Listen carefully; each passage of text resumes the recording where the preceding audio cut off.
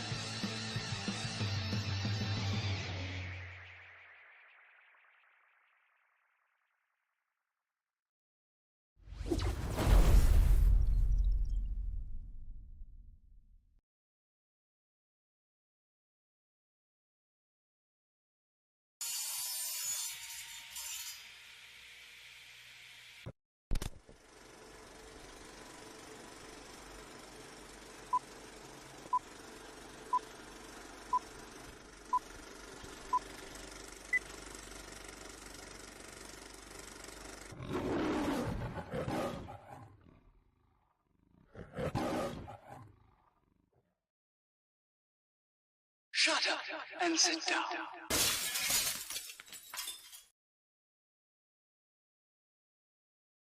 Think should come on. Yep, there you go. Hello, gang. Colin here, Festa 67's workshop, and the guru himself, the model making guru. Hello, mate. How you doing? And welcome to our fun times. Let's get the pimpage done and out of the way. If you'd like to help me keep the content coming by supporting the channel, head over to patreon.com/Festa 67's workshop, or click the join button below this or any other video content. That will give you access to the Zoom 24/7 off-air hangout where all the groovy people live, and also you can click the $ below the chat there, that one just there, and leave a super chat. All goes in a big pot and helps me keep all of this alive and kicking for you all. So I'll quick look at you in the chat, and then I'll do the usual mocking of Fox, who you can also support by heading over to youtube.com/Guru Fox. Click the join button on his channel, or patreon.com/Model Making Guru. In the chat, we got Stefan Last saying hello. I read this out whilst the credits were going at the beginning and realised I was reading out the chat and we weren't even live. So hello, Stefan Last. James is in. JC Bricks and Build says, evening, Colin Fox, all in chat. Festa Hugs and Fox Hugs. Hello, geez. How you doing? Welcome, welcome. PJ's in. Evening, Colin and Fox, the Friday Frolic expansion set, and everyone in the chat. Hello. Everyone's saying evening to each other there. Fox says, hello, evening, fellow nerds. Nerd. EC Ideo's in, says, hey all. Hello, EC. How you doing, geezer? It's welcome. The Bobbins is in. Good evening, Colin Chatters and that other bloke. I see what you do. Hey, hey. I resemble that remark. Fox says in the chat there that Festa's umming out to the chief in my ear. Yeah, there might have been ummage going on. I was sitting here looking. Oh, no. Everyone's saying hello to Paul there. Dorkosaurus is in. He says, hi, everyone. Can't chat. Stuff in my face with hot wings and fries. Ooh, good, mate. PJ says that he's missing a Guthorm. He's over. I rearranged my desk. Oh, hang on a minute. Oh, it's making me go over. Yeah, I'm making him go and get it, PJ, because at the end of the day, as I've said many a time, the people in the chat are the most important thing on any live stream. Let's just spin me microphone. I can't do it on a vertical camera because his glasses come off. Also, it's huge compared to these little men. There you like go. Gulliver. Just move me mic a bit so that yeah, there Can you I go back to trimming my nails now? Thank you. Absolutely. Stefan Last saying hello to PJ. Dominic's in, says, a very good night. I'm crazy that I'm up so late, but I can't sleep. Not a problem, Hey, Dom, mate. We'll keep you company, mate. James says it is always Fox's fault when on the Frolic. Absolutely, James. I totally agree with you there, mate. I don't think James can say that because it's pretty much always James's fault. So, oh, yeah, it's always the default answer is it's James's fault. So he can't say it's anybody's fault when it's always his fault. What have we got? PJ is saying hello to Dork and Dominic. Jeff Light is in. He says, hello, Carl Fox and everyone in the chat. How you doing, mate? Yeah. Oh, there's a blast from the past. Adeptus Latrina is in. He's high. Hello, mate. He says, it's been a while. Yeah, we was getting a bit worried about you, mate. As long as you're okay, buddy, that's the important thing. Because whenever we haven't seen anyone around for a while, we do get a bit worried about you all because you're our family at the end of the day. I don't know what that was, but, you know. It's probably a universal symbol of something. Yeah, and PJ, good news, mate. Look at that, a fresh pot, mate. You know exactly what I mean. Yeah, so... Whoa. Yeah, because we know that you guys are idiots just like we are, and when we don't hear from you, we get worried, because if you don't hear from us, we're stuck in a ditch somewhere like in a field, surrounded by cows. I take it audio and video's fine as well, folks. If you could just give me an A-OK in the chat, that would be great. What are you up to, I hear you say, Festa? I am doing... What are you up to, Festa? some work on the wonderful Kawasaki Ninja H2 Carbon. I said it wrong again, apologies. The lovely Wendy Ixon with an H shipped me, and I'm doing a bit of the detail up, folks. So far I've built brakes, for the front wheel. I've got other brakes and bits and components in here. Deflectors. I'm just going around doing a little bit of photo etch detail up and all of that because I can. So the bike itself is coming along rather splendidly. There's the swing arm with the carbon fibre mudguard and springage and all of that lot on there. Part 2 of this will be going up hopefully in the next few days because I've been out the loop a little bit. But we got a bit of engine building going on as well with a turbocharger and all of that. And I've even carbon fibered the engine covers because, yeah, I can. So keep an eye out for that, folks. I've just got to do the voicey over bit and then you'll have another episode. Everyone's saying A&V is perfecto, and now, being that he's playing with his fluffy whatever, don't forget belly, bench and beverage. What's on the belly? What's in the belly? What's on the bench? What is your beverage of choice? Beverages. And Fox, how are you, mate? How's mum? And there's a special secret that it was, well, it's not a secret now because I'm about to say, but the mama had her birthday, didn't she? Mm-hmm. Mama Wolf's birthday today, so she had chocolates and prezzies and a donut with a candle. All right, happy days. I got a birthday cake as well, but we never got around to having that. Yeah. She got full of sushi for dinner, so. There you go. Yes, I'm all right. We're all doing okay. Not too bad. Still had no time at the bench this week. Happy days. So it's no filming done this week, as usual, even though I tried to. Graham McRobert says he feels fat after scoshing a fish supper with beans. Oh. Happy days. Right answer. Bobbins, belly, meatballs, pasta in cheese sauce. Happy days. Ooh. Bench is painting a Lord of Change badly. Nothing wrong with that, mate. Beverages, Talaska Sky whiskey. There you go. We did ask Bobbins, but I can't remember if he answered. Are you making the one-headed or the two-headed version of the Lord of Change? I honestly don't know. I will have to get. I think once I finish building these guys, I've got mine to build. James says, "Oh no, is Fox fluffing?" Now that's an image I don't want in my head, James. What I do need to do, I need to get a green screen going and get this guy going like that. There's a meme with a cat doing that's been around for ages, and it's just this cat. Oh right, like that. Yeah. Like he's like flipping out to the beat. So I need to go on a green screen for people to use. Adeptus, belly, cheeseburger and fries. Bench is packed up in the basement for now. Of course, yeah, you've moved, haven't you? Beverage is a Yuling lager. There you go. Ooh. Stefan Last is issued birthday hugs to Mama Wolf. Yay. And that's what I was on about, folks, with the detail up. That's the kit one in that hand, and that's the detail up one. So, yeah, there's a lot of little extra detail in there. So I get that. But I still have my debate over the photo etch railings, putting flat railings on. But that's the difference with the brakes. I was asked the last time someone saw this, and there's the front discs. So there is a difference.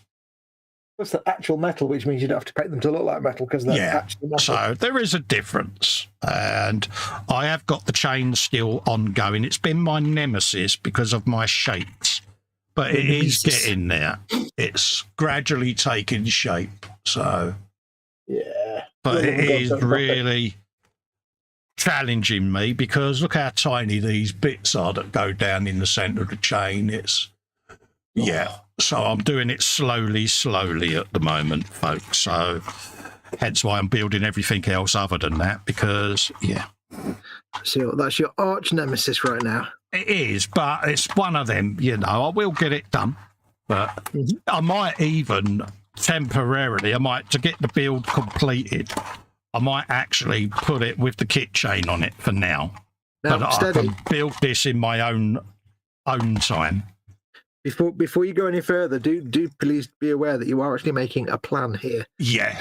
But I better let you know just in case you go too far. Absolutely.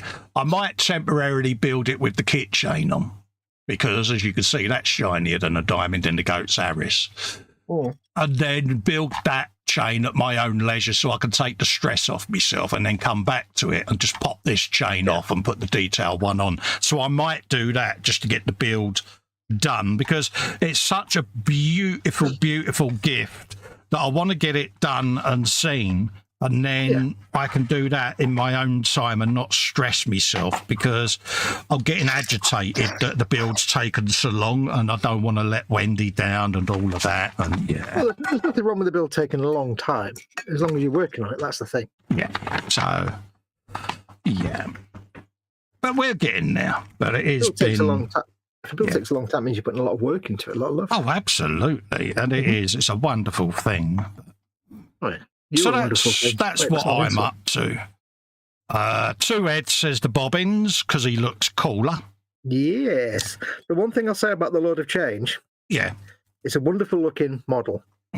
It's this big standy up shouty bird thing with two heads or one head, depending on which one you do. Oh, right, yeah. And he's supposed to have gone into the warp and gone mad. So one head always tells, and he can see the future, sort of.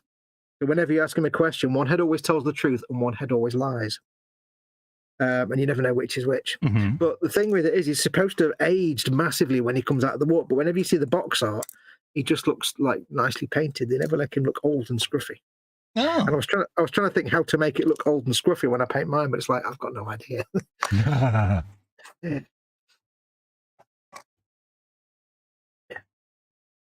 Yeah, Adeptus says, once I've got my permanent residence put together, I have the Warhammer Plus Assassin Mini coming, and I'm going to be getting the new Lion L. Johnson Mini 2. Yeah, that's one of the Primarchs, the new one coming out. There you go, mate. So he's going to be a busy bee, isn't he, mate? Primarch of the Blood Angels, if I remember correctly. I'm not 100% big on Space Marines. So tonight I am just literally I'm starting off by just adding all my accessories to my dudes, my little... Oh, you're doing a bit of dudage, are you? Yeah, well, it's still the same 20 dudes I've been working on for the last 6 months. Because live streaming a build is a slow process, trust me. But I need to add all the little accessories onto them now. And I've put my camera in just a point where it's right in my fate. I'm going to move my camera because I can't see. Yeah, you went for down cam tonight, and I think you're regretting it, ain't you, mate? Well, my thinking is that I'm going to be close up doing little things, so I'll go quite good. But it's like, no, because now I've just got this massive, big spaghetti thing in my... What's it called? The thing it's on, the gimbal, that's the word. Gimbal. Gimbal! Yeah, gimbal. It's a gimbal. I like being a gimbal. I made the gimbals. Everything sounds better in your accent. Gimbal. It's a gimbal, isn't it? Yeah. And if you're from Kent, you just say, it's a gimbal. It's like from native gimbal. Yeah, no, it's gimbal, isn't it? What? It's a gimbal, you ponce. Yeah, oi, you mug. It's a gimbal. You muppet. So you'd get away with that as an insult, wouldn't you? Oi, you gimbal. Yeah. Do you know, using the word muppet as an insult is the only real crossover between North and South. Because it sounds just as good in your accent as it does in mine. In Manchester, it's like, yeah, you muppet. But then in the South, it's like, muppet. You muppet. It works. It's the one of the few things that works in both the North or South accent. Oh, you go, oi, you melt. You what? Melt. Not heard that one. Yeah. I like the Scottish word when they call people tubes for being stupid. Tubes. Tubes. Bobby says he accidentally tripped over in the Warhammer store, fell into the shelf and come out with a caper of secrets. I'm very clumsy. Yeah, you mind how you go, mate? Yeah. Fox did that one night, fell into Fold's World and lost his wallet. Came out with an empty bank balance and a room full of resin that I've not even made yet. I've got so much Forge World to actually build. I know. The things I can't film the building, so I'll just film the painting, but I've not built them yet. Musey sneaked in and given me a hug. Imminent chattage coming. Imminent chattage coming. Because I live in fear. Yeah. No, I've got to do my duty. Yeah. Do your duty. Happy days. There you go. I hope you're doing all right, Marcy. All joking aside, there you go, my darling. Luggage is issued. Adeptus Latuna says, I also purchased a Polar Lights 1/1000 Enterprise refit coming in the mail. The Enterprise refit, the Enterprise A, is the best Enterprise. It really is just the best one. Yeah. The Wrath of Khan Enterprise. It's also the best Star Trek film, isn't it? Yes, the Wrath of Khan. But, however, it's not the best Starfleet vessel. Because there's two ships that are better than Reef Enterprise. One is the runabout from DS9. Any runabout. I love the runabouts. I've got a model. I've got the Revell. This. Yeah, you've said before, haven't you? You got it's actually it's 172nd, but it's like out. about 2 foot long. It's great. That's a brilliant ship. But the best Starfleet vessel of all of them, no argument, is the Reliant. I used to like the Romulan Warbird as well. Oh yeah. PJ Belly, nothing. Been too busy after the ISM stream. Beer, then bench. 48th AMK MI17 IP helicopter beverage beer. What's he doing there? Adeptus says, what sucks is I'm waiting on closing for the property I purchased, then the permits for constructions, contractors. He has about 6 to 8 months before he moves out of his friend's house. Yeah, but it'll be worth it in the end, mate. Yep. 6 to 8 months across the whole lifetime is nothing. Yeah, you'll all be settled, mate, and you can move forward. So, yeah, good on you. Yeah. Ross is in, says, good morning, all. Hello, Ross. How you doing, geezer? Evening, evening, evening. Morning, morning, morning, whichever. Whichever.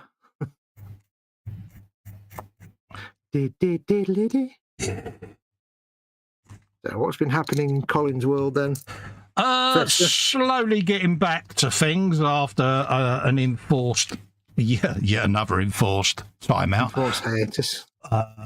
But yeah, I'm all right, mate. You know me, mate. I do. I actually know you. Now that I'm getting my head around what's happening, I'm good. But yeah, I've had a little bit of ups and downs, but we're beginning to get back to some form of a schedule. So I take it a bit at a time. Yeah, I've got some medical coming up in a couple of weeks for spinal taps and that as part of my ongoing stuff. But other than that, all good, mate. Did you see what I did there? I did see what you did there. Yeah, it does go up to number 11. You're impressed that I made a Spinal Tap reference. I am mightily impressed, mate. I've never even seen it. I just know that reference. It's one of them films, mate. What was I going to say? But again, it's like we were just saying then to Adeptus. It's taken a while for you to slowly get back on your feet, but again, it's a short time. Well, this is it. I mean, I've been out the loop about 3 or 4 times already in 2023, and it's my own fault because I rushed coming back. And the last time I was out, I thought, no, I'm going to just take a couple of extra days and just, and it's paid dividends this time. So as much as I don't want to admit it, someone may have been right. Who? Who do you think? Not me. No, the one who's always right in my life. Oh, she who must be obeyed. She who must be obeyed. Yes, she was 100% right. And IH, I guess he's watching then, is she? Yeah, the I told you so and all of that lot may have ensued, but in a nice way. I thought you were about to say the Ayatollah then. I'm like, wait, what? Yeah. That's real 1970s comedy club. But, it's one of those, she just said, look, take a couple of extra days, mate, come on. People will understand, and all of that, and, yeah. The problem that you and I face, being fully qualified card-carrying idiots, man-children, is that unfortunately for us, other people do know us better than we know ourselves. Yeah. There's often the thing you say, my wife knows me better than I know myself. But in Colin's case, she really does because we're idiots and we don't know ourselves very well at all. Oh, yeah. She's put up with me since she was 15. So, she knows me better than I know myself. I routinely depend on other people to tell me I'm doing something bad or wrong because I'm just an idiot. Yeah. I'm like the little kid that puts everything in his mouth to find out what it is rather than using their eyes. Absolutely. So, she's very wise. She's got good wisdom and she knows what I'm like. And, she says, I get why you want to get back because you're monetized. You don't want to let your supporters down and all of that. She said, but they'll understand. Yeah. She said, they'll understand, mate. Come on. Yeah, they will. And, she does give sound advice, so. But anyway, it's enough of all that. I'm fine and dandy. I'm still gooning around. So, yeah, I'm desperately trying to not plan too far ahead. But, yeah. Oh. Don't forget, folks, I've put it up in the group now. The group build starts the 1st of April. Dun, dun, dun, dun, dun, dun. And it is the tank with transporter built any way you want, any scale you want, any genre. You can warhammer it, you can gas lands it, as long as there's a tank on a transporter or near a transporter somewhere in the build, have at it. Do what you like with it. You can have Warhammer, it can be Alt, it can be, like I say, Mad Max, anything. It's, yeah. I've just done something really stupid. Breathe. Well, that's one of them. I've just spent 10 minutes cleaning this backpack. I bet it ain't even on there. No, I'd have no use for it. They've all got backpacks. This just happens to be a spare part that was in the tray. Oh, I you don't even need it. spudularity. Well, I done a good job of cleaning it. So Reynolds will be proud. Yeah. Adeptus, good move. He says, I've managed to get she who must be obeyed into painting miniatures, though so her life is over now too. Yes, she's been reeled to the old at Fox's in the Warhammer hole. Yeah, but Adeptus, don't forget the other side of that coin. If she doesn't do it already, she may already do, but if she doesn't do it already, the beauty of that is that once she starts building and painting minis, she'll have an army. And all you need to do is get a nice long table in your place of residence, and you can actually play tabletop stuff at home without having to go anywhere. And you've got somebody to play with. Tabletop games, obviously, and everything else. You know what I mean? I do. I know exactly what you mean. You've actually got so somebody good. you can play with in the house at 24 hours a day. I don't have anybody I can play with. Oh, Fox doesn't have anyone he can play with. I literally folks. have nobody to. I've never played Warhammer because I don't have anyone to play with. Oh, don't. I'm welling up now. I've never got around to actually painting a single flipping army, but. What's it, Hobie's advert? Yeah, it's the only theme I could think of, mate.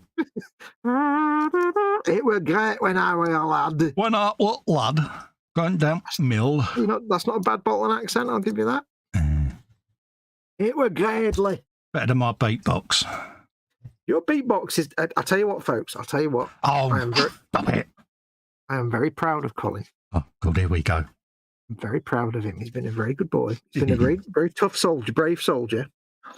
Because on occasion now, and you'll notice it in the streams as well, have you noticed how very occasionally... I'm getting all close to the microphone now, you see. Have you noticed... This is my Ronnie Corbett director's producer speech. Have you noticed how every now and then there's a little bit of beatbox just by himself? Just in the middle of nowhere. I think he's imagining it, folks, don't you? I'm imagining nothing. And you've done it on streams. You did it earlier on before we went live. I think that was interference on the internet, mate. Shh. Don't deny your true self. No, I deny everything. No, I was very good. I didn't clean up that person's head because I don't need that. Lynn Dipple is in saying hello, everyone. Hello, Lynn. How you doing? Hello, Lynn. I'm making a conscious effort tonight. PJ says, tell us the secret that has been secret for so long. No, well, I'm not going to tell them. I'll get nothing from me. Happy days. EC says on the bench he's got a 148th BF9, one BF 109 even. EC says nap time soon. He's off to see John Wick 4 later this evening. Oh, happy days. What's that? Dominic says, I go to bed when there is a festa on Sunday and friends, then I join again. No worries, Dominic. You mind. There you go, mate. Okay, buddy. What's that? Muse says, now I have to and need to play a coin toss to decide which one I'm doing. Adepta says she likes Dark Elder, though, so I don't know what to make of that. Dark Elder can be interesting. Yeah. He's also saying Strip Warhammer. Okay. Ooh, now I'd be up for that. I worry about you. No, if I had someone to play with who was also my wife. Yeah, I was going to say, I know there's a photograph of me in hot pants doing the rounds, just but some random chud I've picked up off the street. Do you play Warhammer? Yeah. Yeah, Fox is there going, yeah, strip Warhammer. Yeah, as he gets arrested. Standing outside a shopping mall like Chris Chan. Yeah. Need someone to come and play Warhammer with. Standing there in the middle of Games Workshop in a pair of string underpants. Yeah, he'd soon get arrested. Up for Warhammer. Stefan last belly pizza, and it's chicken, mushrooms, pineapple curry. Good man. Bench is ripping a bunch of newly arrived CDs to his computer machine apparatus. Good steampunky type reference there. Beverage, Pepsi Max. Hugh Golden's in, he says, hey up, Ecky Thump, Black Puddings. How are we all this evening? We're fine, you, mate. How are you? Hey up, Reed, Grand Whippets, Black Pudding, go to the foot of our stairs, you like that? There you go. PJ says, Fox has no friends. If you'd like to be a friend of Fox, bang your head on the wall and re-evaluate your life choices. Do you know, that is very sound advice, mate. Unlike a certain news channel, this Fox has no friends. Oh. Oh. A Fox is for life, not just for Christmas, folks. I had an idea, by the way. Oh, dear. If I ever did, you do your stream with all the people. Yeah. If I ever completely stole, did something similar. If I ever completely stole that idea, I'd have to call it Fox and Friends. Of course, we would double X rather, because if people that don't know, on Fox News, they have a program called Fox and Friends, and it's obviously garbage because it's Fox News, but absolutely, because it's called Fox and Friends, and I'd have to call it. There is a bandwagon coming along that Fox wants to jump on because, No, it was more just the only reason I'd actually ever do it is 100% just to be able to use the name Fox and Friends. Yeah. Because it's such a genius stroke to use the Fox and Friends. I like the old Festa and Friends shows. People seem to enjoy it. It's a good laugh, and it gives members of the Zoom and Patron, see what I did there, a little extra perk of being able to come live with me. So, yeah, why not? You're getting your perks out. Yeah, I like getting your perks out, mate. Get your perks out here, folks, for £8 a pound. Because I like to think if I called it Fox and Friends, I might get some extra views on the YouTube just by, morons thinking I'm actually Fox News. It wouldn't be good views, of course, because there will be people that watch Fox News. There you go. There's the truth. Fox thinks his viewers are morons, eh? No. But I know there are people out there that would make that mistake. Extra viewers. Or bad. Or bad, man. Je suis bad. Je suis très bad. Now, I don't want to give them all a sandbag. Or a sandbag. Adeptus says, I deep strike my Deathwing into your homunculi, lose the top. I spit on your airplane, senor. Jeff is in. Candygram from Mongo. Yeah. Saigon quote. From Mongo. Yeah. But the brain does much more than just recollect. It synthesizes, it analyzes, it generates abstractions. The simplest thought, like the concept of the number one, has an elaborate logical underpinning. The brain has its own way for checking the structure and consistency of the world. That's purely from memory. You're good. That's one of my favourite Carl Sagan quotes. It's quite long, but it's one of my favourites. I am impressed. I'm very warm tonight. Is it me? It is muggy as mug, mate. Regularity. I'm trying my best tonight to sit close to the microphone and talk quieter, because I tend to get carried away and shout a lot, and it always sounds crap. So I'm thinking if I do my Radio 4 voice, it might sound a bit better. You like doing your Radio 4 voice, don't you? I need to get more in the habit of actually talking quieter onto microphone. But I get carried away, and then I find I do that because of me hearing. I get quite loud, and yeah. You loud? Nah. Yeah, that's the thing. You get carried away with what you're doing, and before you know it, I'm waking up Heather next door, which is not good. I mean, she's lovely, and I'd like to wake her up, but that's not the point.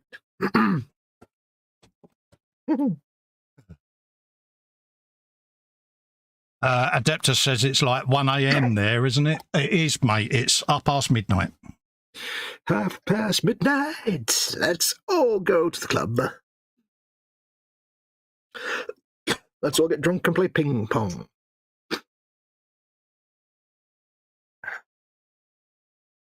Spade. I need to give people spades. I've just remembered I've still got a complete box of deathcore to build at some point as well. Oh, right. The kill zone set. Yeah. Kill team set. Yeah, I've got a lot of Warhammer buildy to do. Oh, do you know what I came across today? What's that, mate? You ever done this thing where you come across something that was from your youth, and you're instantly transported back in time? Yeah. I was fiddling around on the YouTubes today, and I was reading an article on somewhere, or reading something, and it mentioned something, and you read one thing and it sends you off on a little brain thought thing. Yeah. And I read something or whatever it was, and it made me think of something that made me think of something else. The next thing I know, I'm on YouTube and I'm looking up Virtua Racer. Oh, right, yeah. I can't quite remember how I got there. And the moment I found a video, I need to clear my throat once. Yeah, carry on, mate. Adeptus has still got over 150 Marines to build. Oh, nice one, mate. Anyway, so I found this video of the arcade version of Virtua Racer. And I was instantly transported back to 1993, because in 1993, I used to go to there was an arcade in Manchester, in the centre of Manchester. There's like an amusement arcade, like with coin-op machines and stuff and video games and stuff. And right in the front door, there's like a 3-bay open front door, and there was a set of the 4 Virtua Racer consoles where you sit in it with the steering wheel and the pedals, and it's got the full back of the car. This was 1993, and it was like 3D polygon graphics. And at the time, our tiny minds were blown by this amazing 3D graphics. So we played. I must have put hundreds and hundreds and hundreds of pound coins into those machines over the years. Yeah, I bet. Years.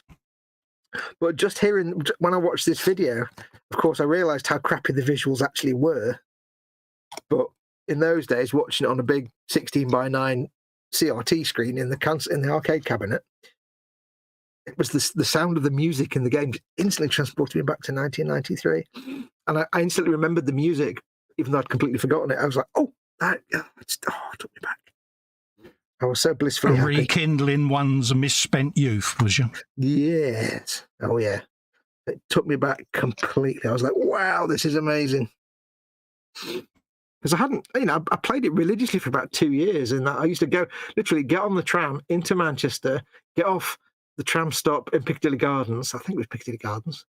Walk 10 yards into this arcade, and it was right there in the front entrance, and just sit on this machine, me and my 3 mates, sit on this arcade machine for like hours and hours, just playing this stupid race game, which when you watch it back, it's actually crap. It's just not that great. Yeah, but at the time you was having fun, mate. Oh, yeah, but I can see why I loved it, because at the time it was revolutionary. It was like, this is insane. But yeah. Oh, locking the camera. So if you've never seen it, go and look at Virtua Racer on the arcade version. That was the thing back then, though, when games like that were like, yeah. I think it was one of the first video arcade games to use actual 3D polygons. It's quite impressive. Most impressive. It's when you look at old graphics like that, though, isn't it? You think, yeah, it was really bad. But at the time, cutting edge. Yeah. Guess what? What? Your old graphics. Mate, nothing wrong with being old graphics, mate. I don't mind being analog.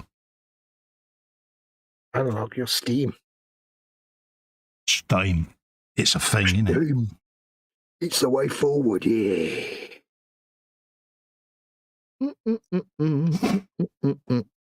Everyone's saying take care, Marcy, because she's gone back to work. Oh, take care, Marcy.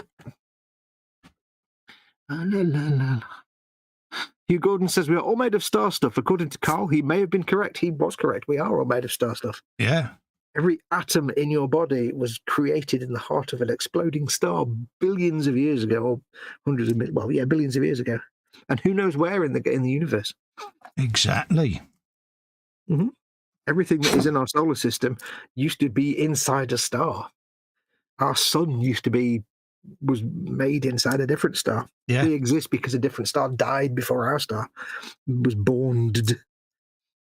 Makes you wonder what was there before the Big Bang, doesn't it? Mm. It's weird to think that, you know, our sun, if we had enough information, we could probably find out where our sun was actually born, because it's currently understood that it was created in a nebula somewhere, and then, like most stars, it migrated away across the Milky Way, which is what most stars do. Like if you look at the Pleiades, the Seven Sisters, and things like that, you see this host of stars in their little stellar nursery in the nebula. They'll all go off on their own way at some point. Oh, yeah. They don't all stick around where they're born. I find it fascinating, to be honest with you. It's like, you know, there must have been something there. There must have been something there that combusted to create it. And it's like, I want to know what all of that was. Well, it's not. See, this is the problem. It's not. The Big Bang is a misnomer because it wasn't an explosion. Oh, well, there you go. Why call it a bang then? No, this is the thing. This is the cosmologists today say the worst thing they ever did was call the Big Bang the Big Bang. Yeah. Because it wasn't an explosion. It was an instant, massive inflationary expansion. You're an inflationary expansion. You knew that was coming. Yeah. It was basically a sudden massive expansion of space-time. And what started off as just an infinitely hot sort of plasma. Yeah. As space-time expanded in every direction. You can't really visualize it properly, but after millions of years, that plasma started to cool a little bit. And then out of that sort of superheated cooling plasma, the first atoms started to form. I think it was hydrogen was the first one to form. In answer to your question, Lynn, I will show you in a second, darling, what I'm working on. I am just gluing a bit in, and then I'll show you, love. I'm gluing. He's gluing. And that's how you can tell the age of stars. I'm working on the detail upset for the Kawasaki Ninja H2 Carbon, my love. Ooh. And it's that wonderful bike that Wendy got me, that one. Mm-hmm.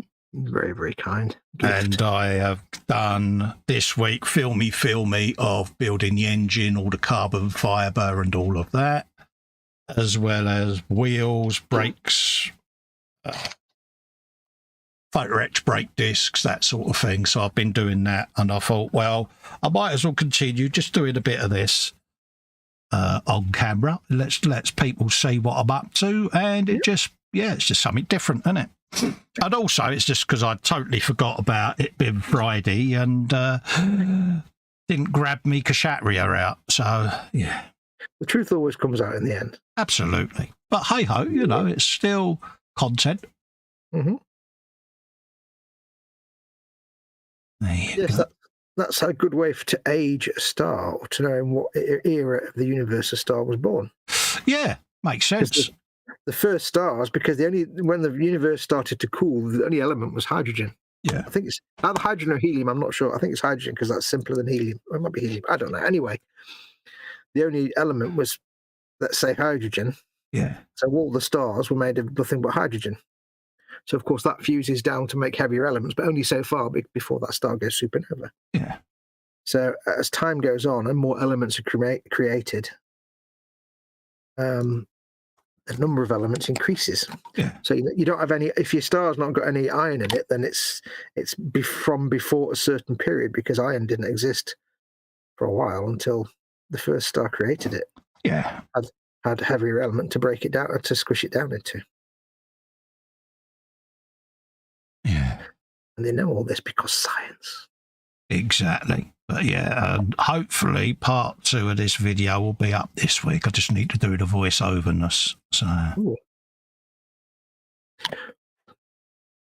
But no, it's been a thoroughly enjoyable build. Like I say, I've got my nemesis to finish, me photo etch chain. There's over 200 parts on the chain, and it's like, kicking me bum a little bit, but I might put the kit chain on for now just to finish the build and then come back to it. So we'll see. We'll see.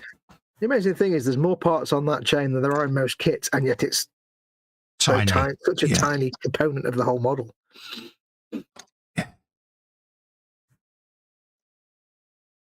I love science. I love astronomy and cosmology and science. Science is brilliant.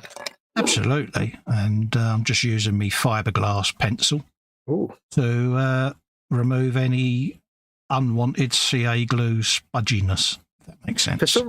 For some reason, I hear fiberglass pencil, but sung to the theme of paperback writer. Fiberglass pencil. Fiberglass pencil. I don't know where that just came from. You're an idiot. Of course, we haven't done our usual, have we? Underneath the arching.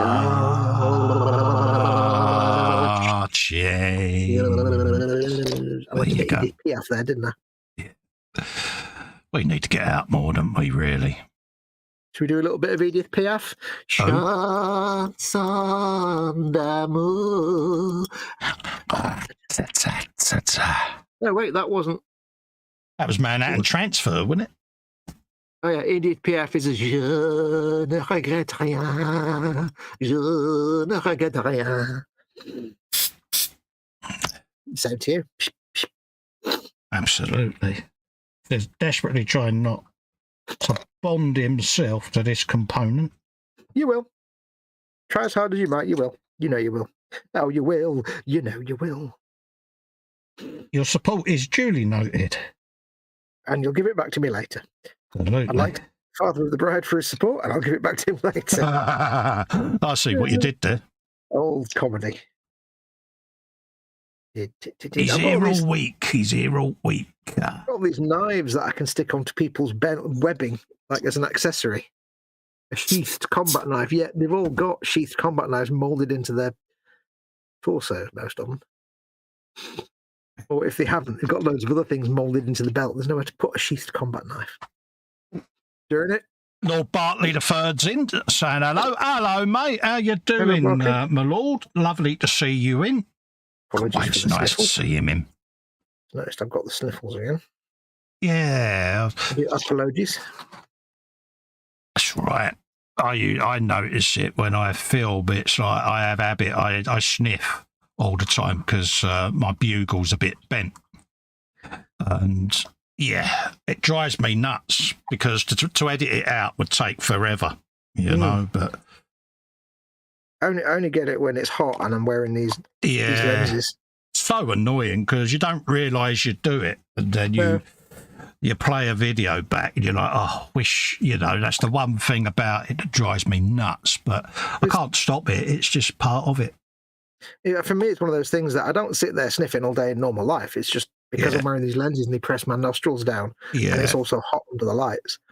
Yeah. So I'm not aware that, you're not aware that you're doing it, but you listen back and it's like sniffing it. It's like, it drives you cuckoo, doesn't it? But so if any of you are frustrated by that, I really do apologise, but I can't do anything about it. It's just part of having a very, very bent ooter.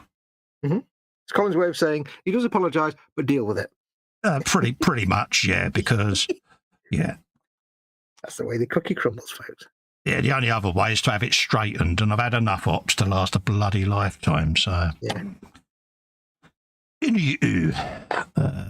What have we got there?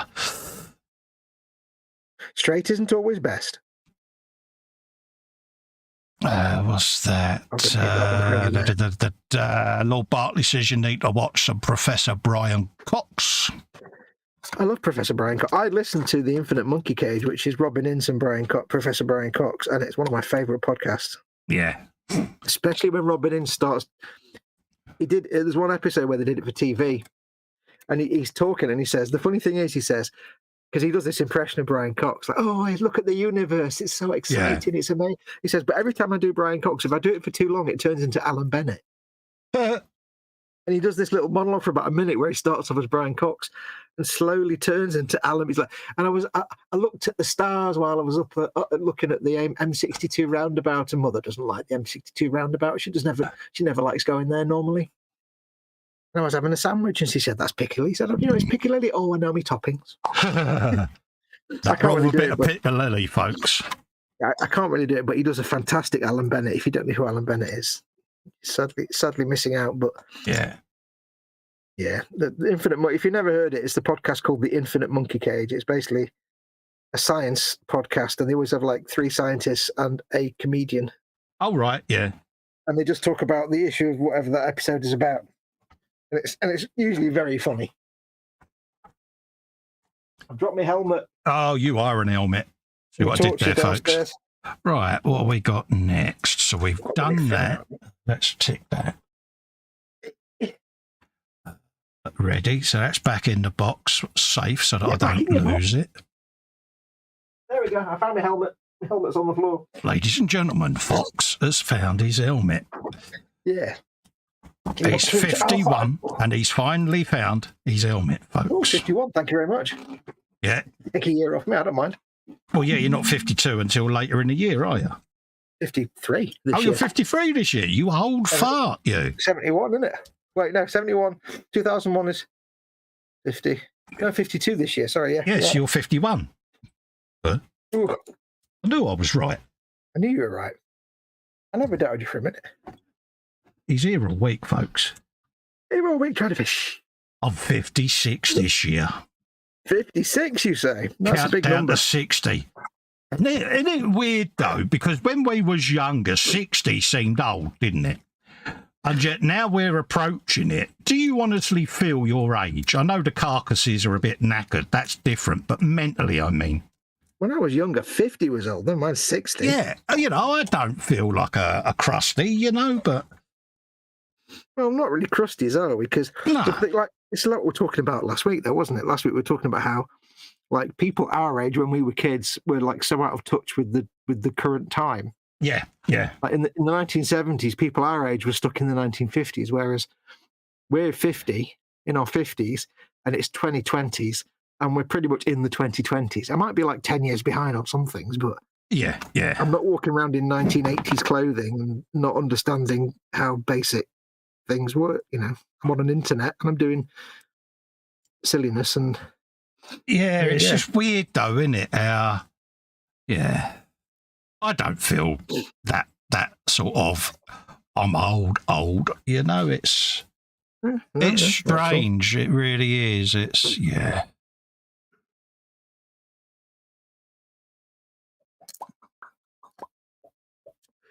So I can't give any of these people knives. Yeah, we're not about to break out the Beige or the Werther's originals, not yet, anyway. Mama Wolf's got a box of Werther's originals. She's got a box of like 20 packs of Werther's originals downstairs. Yeah. I don't like them. I don't like hard candy anyway. So I'm immune to Werther's originals, thank God. Yeah. I'm going to do something slightly clever. Oh, God, you go careful. As long as it ain't gluing things to your finger, you're all right. Because only a chud would do that. What I'm going to do, I'm not a chud. I'm going to take a sergeant, I think. Oh, yeah. I'm going to take my Sergeant Johnson from Halo or Sergeant Apone from Aliens. A gentleman of colour with the token cigar sticking out of his mouth. Who's there saying, right, yeah. If it was Halo, I'd be there going, "Triggers down, Marines." Yeah. That's the thing with them, isn't it? The expressions on the castings are really, really good, aren't they? The thing is, it's hard to actually see this particular face, unless you get the light exactly right. And once you've painted it with a dark skin tone, you'll see exactly. But you look at it and you can tell that is basically a black face, very muscular face with a dirty, great big cigar sticking out, and he's clearly a sergeant. Yeah, because it's classic. He looks like Sergeant Johnson from Halo. Yeah. I don't know if I can maybe zoom in and show people. I totally agree with what Jeff said in the chat there, by the way, deflecting. But yeah, PJ's photography of his kits, Jeff, every single one of them does look a complete masterpiece, mate. And I know he gets a bit, oh, stop it, folks, but take the praise, Paul. Yeah, take the praise. Plus, Colin gets to make you blush, which he likes. Yeah. Right, there you go. You can just about focus on the face there. Yeah, brilliant, isn't it? You can see it's a proper stogie going on there, mate, isn't it? Marines. If you've never played Halo, Sergeant Johnson is the classic sort of Black Sergeant character. It's like, he's just badass Sergeant. He's just great. My favourite character in the whole of Halo is Sergeant Johnson. He was just a background character in the first Halo game. Yeah. But everybody liked him so much they made him a regular character in the other two games.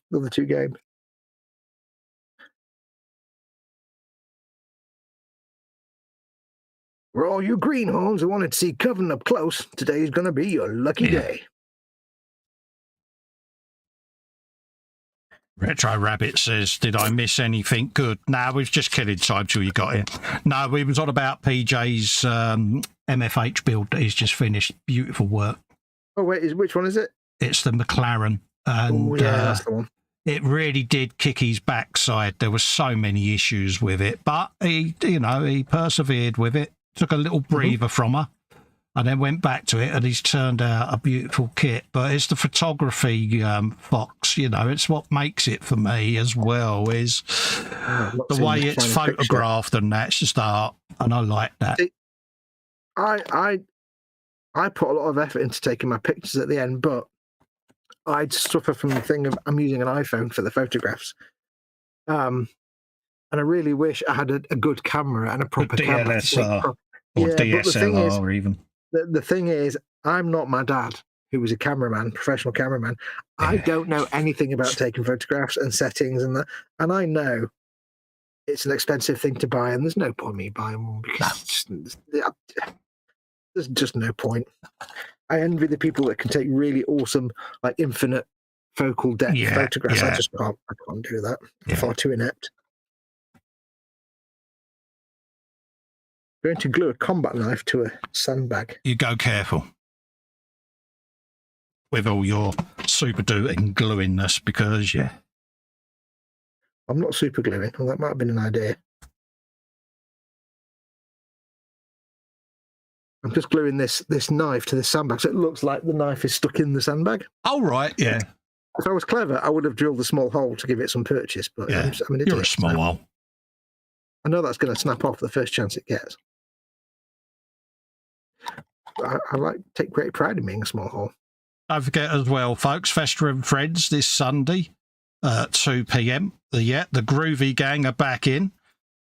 Dave's still taking his time out at the moment. His mojo's gone and he's got a bit of a sore back. He says it's hurting when he sits. So he's got a bit of the Festeritis going on a bit.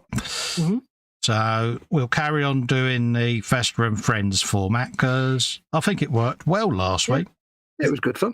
The viewers seem to enjoy it. I've had some lovely feedback about it. So if that's what you would like me to do on a Sunday, folks, a gang of us at the bench, I will continue to do it in that format for you. Yeah. We're not doing a Warhammer Sunday just yet. We're not going back to Warhammer Sundays just yet. We're still sorting out stuff for that. So yeah, because at the moment, back-to-back shows is just not feasible for me. So no, and I've got Mama Wolf to work around as well. So so we're just figuring stuff out for Warhammer Sundays. They'll come back in some way or other at some point, in some format. But at the moment, we've just not settled on one yet, have we? So no, you know why? Because we're fussy buggers. Yeah. Where can I put this knifey? Don't know, mate. Where can you put that knifey? I say you played the game of Knifey Spoony. This guy's actually got a saw, like a cutting wood saw. Oh, right, yeah. Like a hand saw. I've never noticed that before.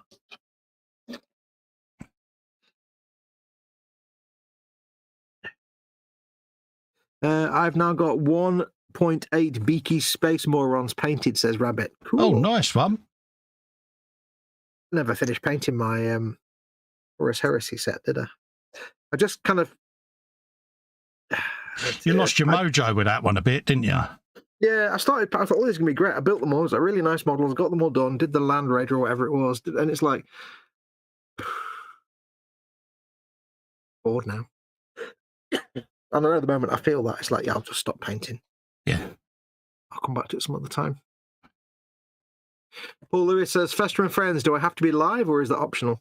You can put a cardboard cutout up, Paul. I don't mind, mate. Yeah. Oh, pardon me. Is that your bottom? Would be You an make ecumenical matter. a bottom expulsion. Yeah. How's Inspector Clouseau anyway? Have you figured anything out yet, Jeff? I mean, establish what the great secret is. He hasn't. He won't know. He won't figure it out. I can't wait. Right, where's that knife? There you go. So that's 2 of them made. Oh, what a knife. I like peas. The first thing I ever heard my nephew speak. What? He likes peas? No. He was asking his father for a knife, but of course I hadn't seen them since they were born, and they grew up in Essex. My brother lives in Chelmsford. Yeah. So first time I ever hear my nephew speak and this big Essex accent comes out, I'm like, blimey. What? I didn't expect that. I didn't expect it, yeah. Daddy, I need a knife. I need a knife. I need a knife, I do. Yeah. Wait, what? How that noise isn't? That's not a human noise. What? Yeah, when did that happen? Yeah. So we've got those to go in, so we'll put them away safe in a Am I moment. related to someone from Essex? That doesn't seem correct. Where are they? There they are. We got meshes. We'll do them later. Done that one. That one. I've got that to glue to the frame. Pardon me. Steady now. We can cut them off and sand them.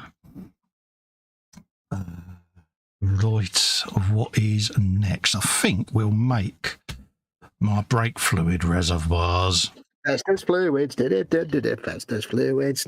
Yeah, get your fluids here, freak It's repellent. fluid time with Festus fluids. Oh, that sounds so wrong, doesn't it? Hmm? Apologies for anyone with a nervous disposition. Anybody who's afraid of fluids? Yeah, get your fluids here, freak repellent. Festus, only the finest fluid since 1937. We've got 2 of them made. We got the rear brake caliper mount made. We can spray all of them. Caliper. Yeah, try not to stick that to your thumb, Cole. Okie dokie. What was I doing? Oh, yeah, I was going to do my reservoir. Where's my saw? There it is. Okay, so we've got these to do.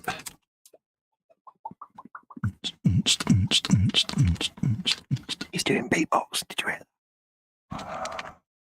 So proud. He grew up so fast. I didn't, did I? He did.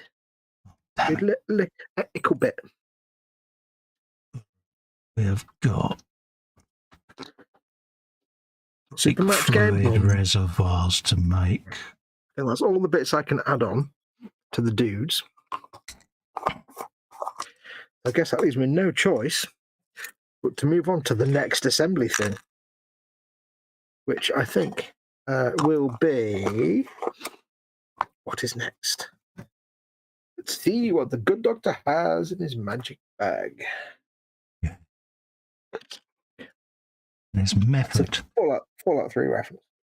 Anybody who doesn't get it. There's method to my madness on this, folks. Honestly, it's worth doing. Bomb. I want to do it in such a way that I don't actually cut through my thumb. Don't cut through your thumb. And also go for maximum pingage where I lose it. There you go. Why have you done that, I hear you ask? Well, they give you a resin. Normally you get these made of plastic. That's your brake fluid reservoir. Well, no matter how you do that, it's going to look like a solid thing. So I tend to cut the caps off. Cut your caps off. And then I put a bit of clear sprue and then paint it clear yellow. And you end up with a nice transparent brake fluid reservoir that looks like it's got yellow brake fluid in it. Just a thought, folks. Nice little top tip there from Festa Kids. Give it a go. See what you think. Enjoy. That's just top tips. So, yeah, and then once that's all reassembled and add a coat of clear yellow on it, it'll look like a partially filled or a 3/4 filled brake fluid reservoir. I don't know why I whispered then. Whisper. You know what you are? You're partially filled. I'm partially filled, am I? Yeah. Contents unknown. Mostly Festa's fluids. People are now going, yeah, please don't put that idea in our head. I can see what they're thinking. Everyone line up for Festa's fluids. Festa's fluids, everyone line up for Festa's fluids. Those who want Festa's fluids form an orderly queue here.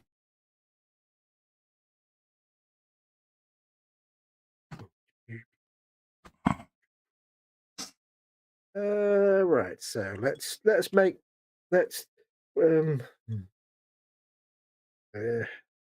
Go.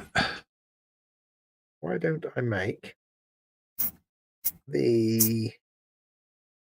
What do you reckon of that? That'll be a nice brake fluid reservoir then. See what I'm doing? I'll make the Walker. Why not? See what that'll end up like, Fox? Those that have ridden a bike will know exactly. Yeah, this looks better, doesn't it? Yes, Cole. All nod accordingly. I like that. You like that? You like that? I saw something the other day, and I can't remember where I saw it. Somebody made a model of something, and I think it was a junkyard scene, and all bits of cars. And I thought the whole thing. It was on Facebook, so the whole thing was a beautiful diorama. This diorama of like junkyard with vehicles and stuff. But the thing that impressed me the most was on the floor was what I assume was like a screen wash reservoir from a car. Yeah. And you know that kind of slightly translucent white plastic that they're made of, so you can see the fluid inside, but you can't see through it. It was that kind of white, and I was like, that looks exactly like that kind of ever so slightly see-through white plastic that like screen wash reservoirs are made of. Yeah. I was like, the whole thing was beautiful diorama, but the thing that impressed me most was that little screen wash bottle. I'm like, yeah, it works a treat, doesn't it? Just looks right. I don't know how they've done it, but it looked exactly like that kind of plastic. I was agog. Agog, you say? Agog. La la la la la la la la. Paul J. Lewis does a comment that I'm not going to read out because it's wholly massively full of spoilers. Thank you very much, Paul. I'm going to hide your comment just in case anybody hasn't watched those yet. I can't remove it. Colin can move it if he needs to. Yes, it's spoilers. Thank you. I haven't watched either of those episodes yet. Tell him off, Cole. I wouldn't know. I'm going to forget anyway because I haven't watched it. Just give him a finger of shame for whatever reason. That'll do. Does it matter then? Yeah. Because he's just throwing spoilers out on a comment. I don't know. That's honestly, right. Probably find most people have watched it already anyway, dude. No, it's only just come out. Some people haven't watched any of them yet. They're waiting for them to finish to binge them. Some people haven't even finished watching DS9 yet. Charlatans they are. Ne'er-do-wells. Some people. Right, let's make a Walker. A Sentinel. I'm going to guess I need the sprue with the legs on it. That's probably a good symbol. A giveaway. Beep, beep, beep, beep, beep. There you go, folks. That is your brake fluid reservoir, see? Awesome. It's brilliant, isn't it? That's great. You're There you go, folks. May sound a little bit OTT to do it like that, but to me it just looks a bit more authentic. Yeah, dude, when you've got a motorbike chain with 200 parts, painting the reservoir bottle is not OTT. It's required. Yeah, I just think that looked pretty damn sexy, doesn't it? That Paul Lewis has removed his slightly spoilerish comment. Thank you, Paul. Bless you. I don't think he did it deliberately, but it's like, duh. Don't be offended, Paul. Yes. Don't be offended, mate. Jeff says, how are you liking your recently acquired 1-to-1 scale car retro Rabbit Studios?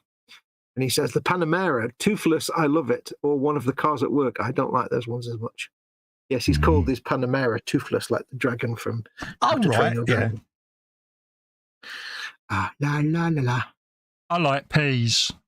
Okay, I've deleted my comment. Not that I was giving you real spoilers, but hey. Yeah, I know, mate. I know. But Yeah, Fox but you is a never know. princess and a drama queen, mate. So I want nothing but surprises when I yeah, watch these things. yeah, no, I know, mate. Right, what am I doing? I'm doing this thing here. There you go. We've got foot pegs. Get your foot pegs here, folks. Pegs. Great Foot pegs repair. for everybody. You're a foot peg. You're made of foot pegs. Do you know what your foot pegs are made of? Me. Foot pegs. Get your foot pegs here. Get your foot pegs here. Do you know how many foot pegs your foot pegs are made of? All the foot pegs. All of the foot pegs. Not just some of them. All of them. All of them. All. Right, so I was going to give me variations now, isn't it? With colour, I've got to coordinate my colours. Pink or yellow? Cake or death? C'est la variante assemblée. Underneath the arch. Alle die Variante, die wir bauen möchtest. Beatbox. Okay, we got them ones as well. So they're the same. Happy days. Don't know what that is. That might just be a bit of. This is all Black. tubes. Black. Curses. Oh, saviour of the universe. Dun, dun. Saviour of the universe. Do it again. He's doing it again. Shh, don't tell him. It's because something's just caught my eye that's off to the left. Yeah, all these excuses. You've just become a beatbox master without even realising it. It's only taken you a few weeks. I know. It's good, isn't And you it? just can't control it. You're like, I can't help myself. My inner beatbox has been released, isn't it? It's like, yeah, I need to get a life, folks. It's either that or some Festus fluids, and I think we'd rather go for the beatbox. Yeah. Right, which base do I need for this? Base. How low can you go? See what we did there. It doesn't actually tell you which. So we've got that on there. They're all the same size. How? But they still, do they all have the tit on the end? Tit on there. Yeah, they do. Yeah, okay. Because we can paint them on the model. Which base do you want me to use? Oh, 80mm, it says there. Good girl. There you go. 80mm. I can do that. It can do that. It can do that. See, they want you to cut them ones off, but I don't. It's all about the base. About the base. No rebels. Little Star Wars joke there. I'll see what you did there. You see what I did there? What I did there, did you see it? Try not to twitch, Carl. Try not to Steady she twitch. goes. Steady she goes, Captain. Right. What is the basis? The base in the There you go. farm? I need the 80mm base. Yeah, so don't want to twitch. Okay, they want you to cut them off because they are a little bit wider. Would it really kill Games Workshop to just print on the bottom of the base what size it is? I don't think it would. Rather than just have a little diagram in the instruction that you can put the piece of plastic on and then make sure it's the right one. PJ's been binge watching Star Wars The Bad Batch. He said it's a surprisingly brilliant show. It is. It's really good. It follows on from the Clone Wars. PJ, have you watched the Clone Wars animated series? Because that is fantastic. Have I got to add that to my list of shows that I haven't watched yet? Yeah, Clone Wars, Star Wars, Clone Wars. It's like 7 or 8 seasons of awesomeness. Yeah, I assume you've watched the Clone Wars, PJ. If not, you need to watch. You need to watch that. You need to watch Rebels. Don't worry about the other one where it's the kids flying around in their speed racing. It's rubbish. They only did 1 season. It was crap. Nobody liked it. I can't remember what it's called. Nobody can remember what it's called. But yeah, Rebels and Clone Wars. Absolutely watch. But yeah, Bad Batch is great. Hey, Rabbit says, I've just upgraded my 500 megabits fiber line to a 3 gigabits fiber line for $15 less a month. Oh, nice. That's numbers well beyond any of my comprehension. I don't have such options. I'm happy with my potato internet. He's not. Little bits of you want to cry, don't they, mate? Well, the thing is, even if I had the faster internet right now, I haven't got the computer to do 60 FPS streaming anyway, or 4K streaming, so it doesn't really matter in it at the minute. Yeah, but your computer's powerful because it's the same motherboard I've got, isn't it? So. Yeah, I know, but it would explode if I tried to stream at 60 FPS or 4K. Yeah. So it's not like I can suddenly do that if I get fibre, because I can't. I'll still be stuck at, well, it works for what I'm doing. That's the key. Then play at 1440 and streaming at 1440, 30 FPS works for me. What most people watching anyway, so yeah. For me, it's overkill, to be honest. On a phone or a tablet anyway, so yeah. Well, I have no idea of why that's even an idea. Yeah, but that's how a lot of people consume their content, mate. Makes no sense to me.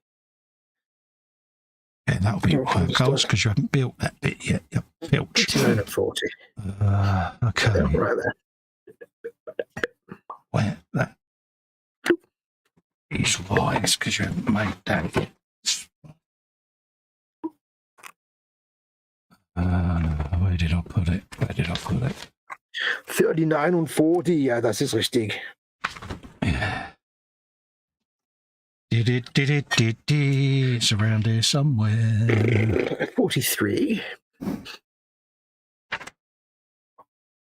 Mm-hmm.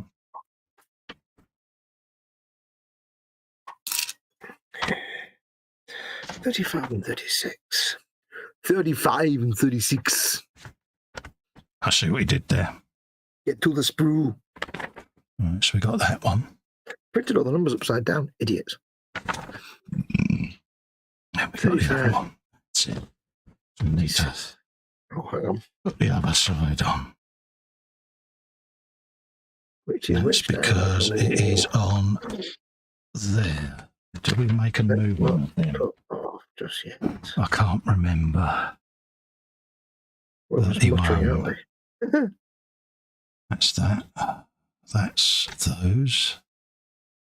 Love the idea of like somebody watching this and all they're hearing from us is both of us muttering about different things at the same time to ourselves. Yeah, I know we are bad, didn't we? There you go. It's the creative muttering that creative types do when we're being creative. Yeah, but that's what we do, isn't we? I mean, I do it all the time. You might have noticed. I narrate to myself, but I hadn't noticed. I can see that well, mate. You do. I hadn't noticed. Star. I totally noticed. Yeah. There you go. Perfect. I hadn't noticed, but in the interest of balance, I had noticed as well. Right, that's bits for one leg. Let's do some clean up. Does anyone know if there's a third season of The Bad Batch coming? I think there is. I think they've said there is. Bad Batch is great. Yeah, if you've not watched the Clone Wars, watch Clone Wars. It's where you get introduced to characters like Ahsoka. And, right, yeah. And they actually make Jar Jar into an acceptable character. Really? He's actually acceptable in the Clone Wars because he's not quite the idiot he is, but they make him an actual decent character in that series. Well, that's a thing I never thought I'd hear you say. Well, it's because it's not written by George. I don't really write things very well at all. I don't understand comedy thingy. Lucas, it's actually written by Dave Filoni and others. It's actually talented writers. So, he doesn't appear a lot, but they make him tolerable. Nice. They actually make Anakin tolerable as well. I found myself rewatching one of the prequel films, The Phantom Pregnancy. Oh, right, yeah. And I thought, I'll give it a go. And it wasn't as bad as I remembered. I have to be honest. It wasn't quite as bad as I remembered.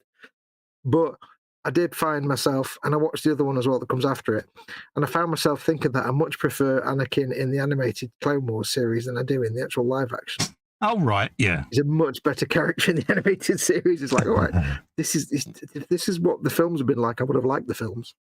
Do it on camera, you spoon. Camera's over there, you dingus. Yeah, but this is the problem, innit? I mean, Star Wars has now been done to death, I think, but nonsense. I suppose all the time people are going to consume it, they're going to make it, aren't they? But I want more Star Wars.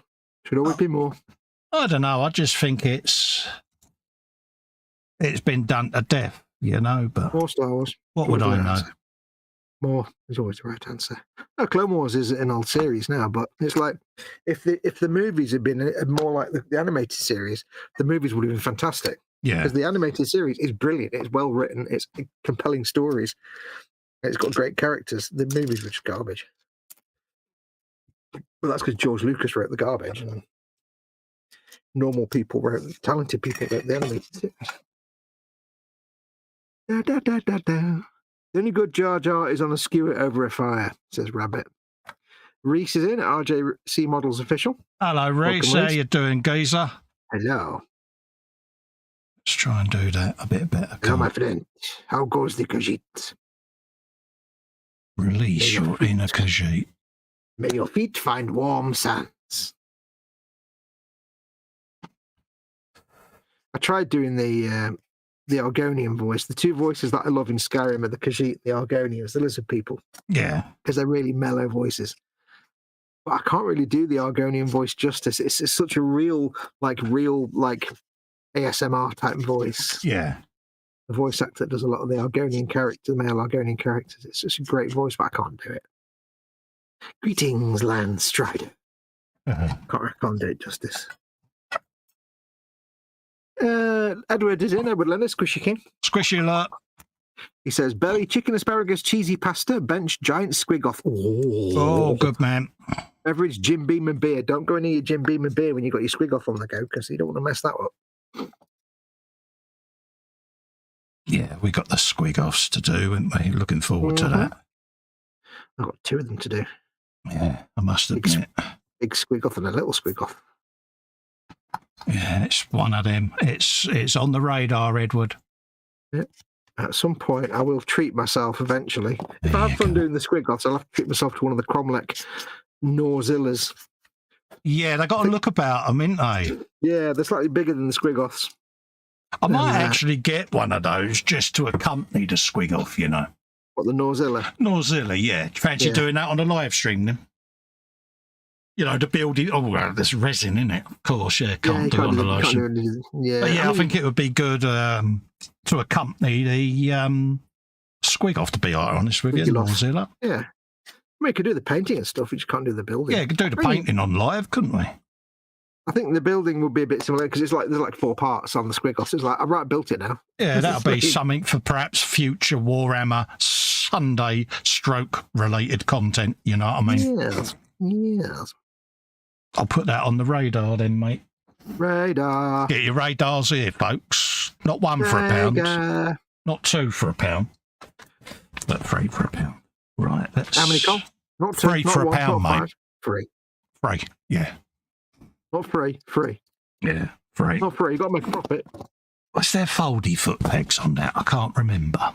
Let's have a looky, Lou. Foldy foot pegs. Get your foot pegs here. Reese says, hello all. And then he says, oh, yeah, it's only the 2. Lindipple says, that's good, Reese. But I don't know what she's saying. That's good, Reese. Oh, I'm good. Thank you. Just back from doing medical cover at Ed Sheeran. Sheeran was very good. Oh, he says hello after he's actually said that. Okay, I got confused. I don't understand all this music of the youth today. Makes no sense. Yeah, it's yeah, that's an acquired taste, isn't he? I suppose. What we need is some proper like super groups, like the ELOs coming back and that kind of music where it's all strings. It's modern pop and rubbish.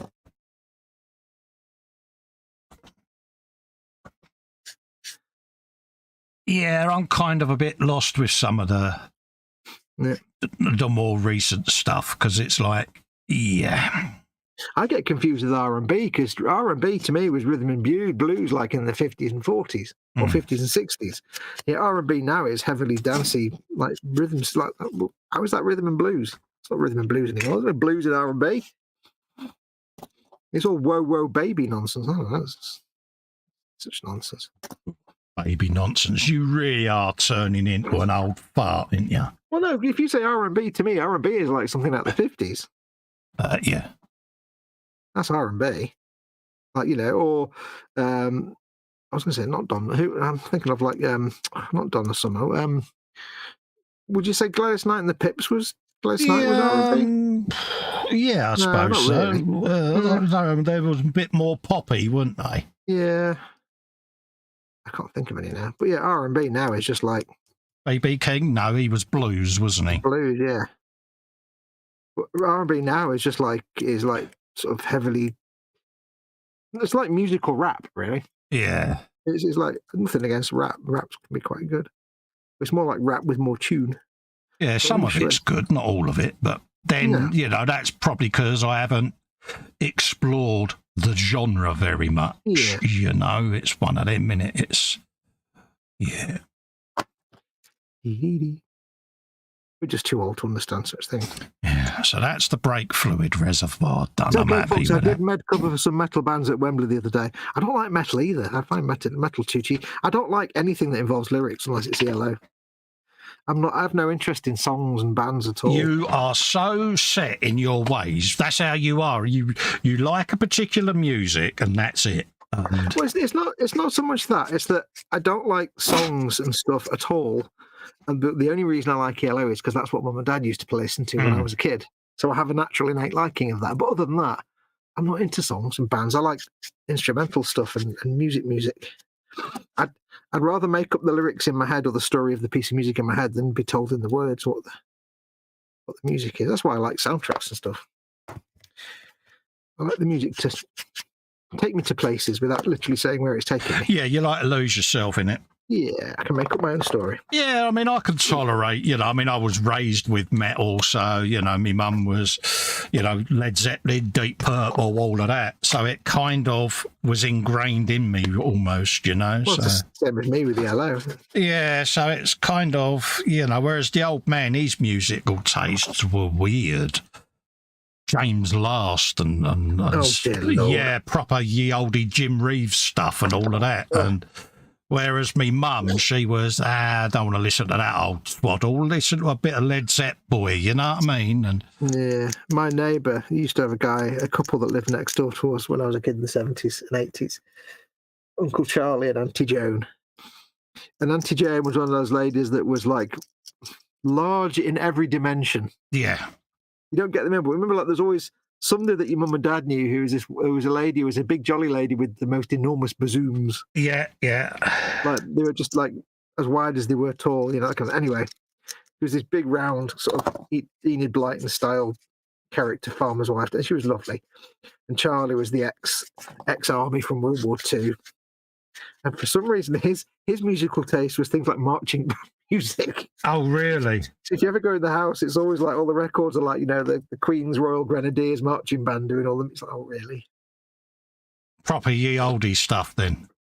Yeah, well, it was like an NCO in World War II and stuff in Africa and stuff. It's all that kind of like. Yeah, my great aunt Joan was a caftan wearing opera singer. All right. Yeah, she was that proper large opera singer type lady, like Montserrat Caballé or whatever her name was. Yeah. Oh, yeah. You know, but what a voice, mate. I still remember every wedding that was about back then, she always did her turn, you know. Mm-hmm. And it was beautiful, mate. Proper ye old, you know, opera singing gubbins. Well, yeah, you're not gonna keep it quiet, are you? Yeah, and it was proper, you know, and it was beautiful to listen to. I didn't have a clue what she was on about because it was all in the foreign lingo, but you know, which I suppose opera singers are, isn't it? It's all Italian. So, but yeah, I remember that as a kid, thinking, "Gosh, she's got a powerful voice on her." Yeah, set of lungs on that. Yeah, and it was always after a good few glasses of sherry up she'd get. Oh, God, yeah. You know, and it was lovely, you know, and she used to enjoy it. At least I think she did anyway. I've now got this image that she looked a bit like Bianca Castafiore in all the Tintin books, who's the opera singer that doesn't sing very well. Yeah, she was a dead ringer for Montserrat, mate. You know, that big bouffant-y hairdo of the day and the big long flowy caftans, you know. And, or Dame Kiwi Detanua from New Zealand. And she proper would give it the beans. It weren't, you know, heady hole and all of that lot. It was proper, you know, my uncle on the old Joanna, giving it the old tickle in the ivories, and off she'd go, and it would just make the glasses rattle on the tables. You know, it was beautiful stuff. Yeah. Reese says 50s R&B will be like Under the Boardwalk and tunes like that. Oh, right, yeah. Yeah. So with modern R&B, I'd love to know where the blues is. Isn't there blues in R&B? Oh, we'd be good at that then, wouldn't we? Under the boardwalk. So, you can't tell the difference. Lynn says Gladys Knight and the Pips was Motown. Yes, you're right. Right. Okay. Just to make it very clear, says Stefan Last, James Last is no relation. I think he's German. Wasn't James Last Irish? I've got no idea what he was, mate. Was it James Last that did the flute or something? Oh, no, that was James Galway. Oh, yeah, he was Irish. Did Annie's song on the flute, didn't he? The John Denver track. Who was that? In the 70s and 80s, of those two Irish blokes, it was such and such and such and such. And they always did records, but they were only ever advertised on TV, and it was all people that bought them. Milligan and Nesbitt? No? No, they were Irish. And they were always like... Wasn't the Andrew, is it? No, it was the brothers. Well, I suppose it would be because they're Irish. I'm trying to think who it was, mate. No, I don't think they were brothers, but that's Jedwood I'm thinking of. They was irritating. No, this is like 70s. This was like, they were like Val Doonican, but Irish. This is like 70s. There was like an advert. It was like, new on KTEL Records is... Yeah, Ronco presents. Yeah, Ronco. Oh, God. Pickwick. James Last was German, says Jeff. There you go. Yeah, we're thinking of James, whoever you just said a minute ago. Yeah, I'm trying to think of who you mean now. Panzer's in, so hello. Hello, Pans. How you doing, geezer? It was kind of like slightly folk music-y. It was... Yeah. But not Flanagan. Didn't have the big white, thick knitted jumpers on, did they? Yeah, one had the big, thick Aaron sweater. It was very 1970s. Yeah. Of its time. Can't think, mate. But I could see them, but I just cannot think of their name. It was mate. the kind of thing where you'd hear the bit of each song, you'd have the titles going up like that up the screen of each track on the album. Yeah. And it only ever biting like Dwayne Smith's. Yeah. on the telly from KTEL. Yeah, in that rotating metal record rack that all shops had in the 70s. Yeah. Where if you touched one record, the whole thing fell over. I wonder what happened to KTEL Records, because they only ever advertised on telly, didn't they? Yeah, KTEL presents. I think you have to order them mail order. I don't think you actually buy them in shops. Yeah. It was always a compilation done by session musicians. It's like, the top of the Pops albums always were like that, weren't they? Mm. Panzer's in. He says, tonight's nom is a simple sweet and sour chicken. Oh, nice one. Happy days, mate. Edward Leonard says to Jeff, I ended up getting another 10% off the Millennium Falcon, so I ended up paying about $375, all-inclusive ship and tax. Nice one, mate. Cool. Reese says, not wrong with marching music. Love the tune. I vow to thee, my country brings a tear to the eye. Marching music can be quite fun sometimes. I've got a couple of pieces that I use in my video music sometimes, like public domain stuff. Yeah. For some reason, I always make me think of Ted. I don't know. Yeah, I can just imagine Ted as a proper ye olde band leader. Yeah. He's got that look, hasn't he, of a band master. Yeah, this neighbour that lived next door to us, to give you an idea of what it was like, all I need to say is he was the size and shape of Captain Mannering. Oh, right, yeah. And he had a swagger stick. Oh. So you can tell he was stationed in India somewhere. That tells you everything you need to know about him and how he viewed people. Right, yeah, people, yeah. Oh, he was of his generation then. Yeah, but he was a lovely bloke. But he was a lovely fella. But he used to walk around the garden. And you're like pottering in the garden. Most people tend to whistle or hum. Yeah. He didn't. He kind of used to go. I don't know what that really? Wasn't it? Was sometimes a tune, but it was this weird warbling kind of. Oh, how strange! Very weird. Wasn't a trainee Roger Whittaker, was he? God no. There's a blast from the past. It was the guy that did the Ronnie Ronald did all the bird song calls. That was it. The whistle. Yeah. That used to whistle all the bird song. Did you know? I was amazed to fact because I was listening to the Singing Detective soundtrack album. Oh, right. Is that the one with Michael Gambon? Yeah. Yeah, the TV show, yeah. And they had two albums out. One was the Singing Detective, and the other one was the B-side of it, which was the B-side of all the records they had in the soundtrack. Yeah. And one of their songs was a Ronnie Ronald song. Oh, right. And Yeah. it was like a beautiful piece of music, and he did the whistling to it, and also the bird song and everything else. And it was from that 1940 or something, 1940 odd. And I was amazed to realise he's still alive, I think. Really? At least he was a couple of years ago when I looked him up. He's still going, and he's like 90 odd, and he still does like... Bloody ding dong. He goes to places and still does like performs. I'm like, Christ, he's like 90 odd now. Wow. Ronnie Ronald. 99% of people will never know who that is or care. You know what? That's fine. That's all right. Each to their Foster own. and isn't it? Allen. Foster and Allen. That's it. Is it Foster and Allen? That sounds about right. Sounds it, doesn't it? Foster, definitely. Not sure about Allen. Foster and...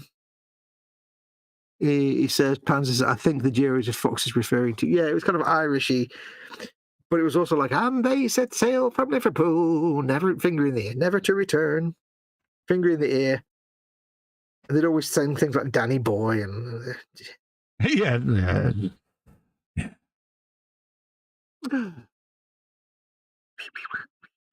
Reese says, right, folks, I'm off to bed to get some sleep. I'm on the O2 for Ed Sheeran again, night all. Take care, Oh, Reese. nice one. You got prime it first, Cole. You pillock. Ladies, prime it first. All right, I need to get this the right way around. I'm on gam duty. I'm making gams. Guns. Or Big pins. guns. Get your No, guns here. No, not guns. Gams. Oh, gums, as No, in gam. two. No, gams, as in legs. Nice set of gams. Oh, right. Never heard that expression. GAMS. Gam. You never heard gams before? Oh, nice set of gams on that. Oh. No. Pins. Is that you been all northern, is it? No, I don't think. I think it's actually Americanism. Gams. Gamma. You're releasing your inner American, are you, mate? It's an old like World War II era. I'm doing stuff off camera again. I'm such a spong. You've been special, ain't you? I am spong. I'll put that in. Oh, there it is. That needs to go Bit of a micro one. there. Like, oh, I see this. Oh, a little tooth, I see. Toothy peg. That's lovely. Lovely. How delightful.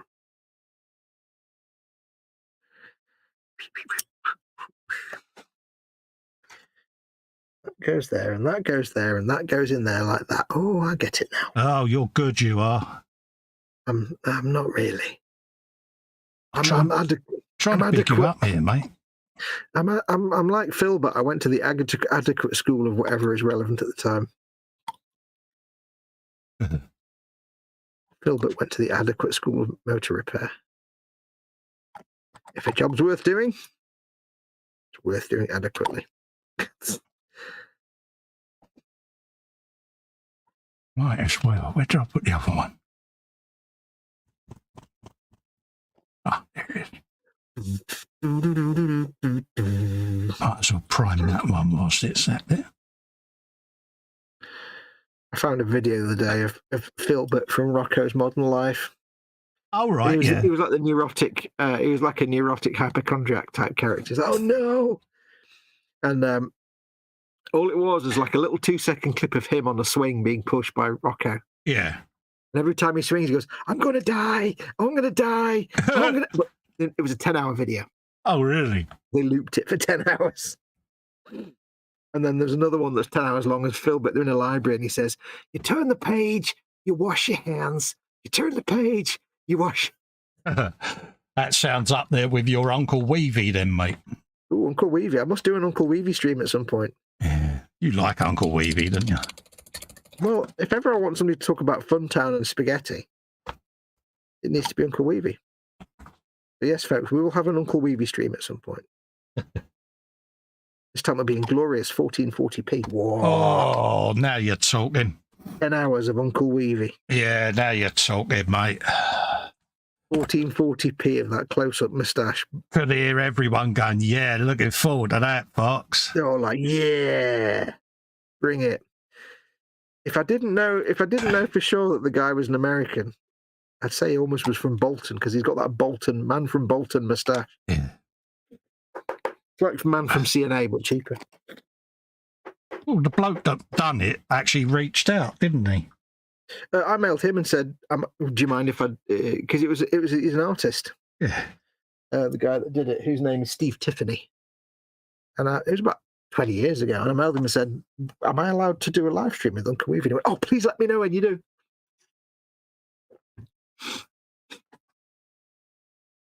I like Uncle Weavy, so surreal, says Jeff. I knew I liked Jeff for a reason. Jeff might be the only person in the world apart from me that likes Uncle Weavy. And you know what? That makes us very awesome, Jeff. Me and you. You got a lot of people complain, didn't you? A lot of people were in the chat saying, "Dear God, make it stop, but they were still there watching. There you go.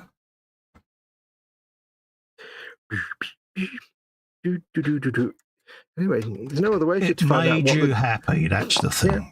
You find out what happens when the Duchess takes Uncle Weavy to Funtown for spaghetti. Yeah. No other way to find out.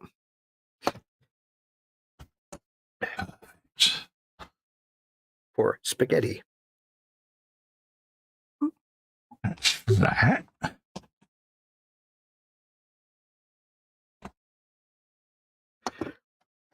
So far, what did you achieve during your 3-hour or 2-hour live stream? I painted 2 brake fluid reservoirs and built some foot pegs. I'm happy. There were some pegs and some Festus fluids. That wrong bit of Festus fluids, mate. Realistic Festus fluids.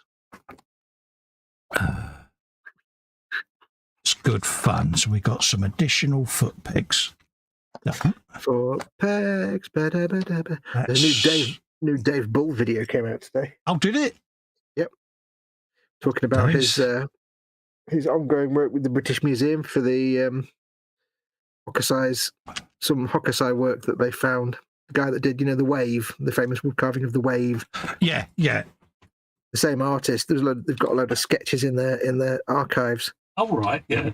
And what they've asked him to do is to produce woodcuts based on those sketches, as if, they'd gone to completion. They're just initial sketches, test sketches. And he's doing it as part of a thing with the British Museum. Yeah. Brilliant. Lynn Dipple says she missed the Uncle Weavy show.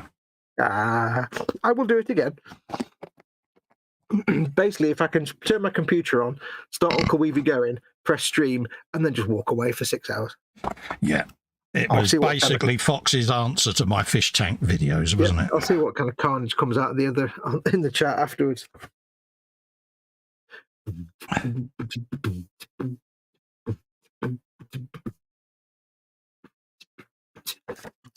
Right, so that's that one. I need to mark which leg is which now, don't I? Yeah. That was. PJ says, so the Uncle Weavy guy's been waiting 20 years for you to do a video about him. Is he right? No, it was last year. I think a year before last I mailed him. Yeah. Or a year ago.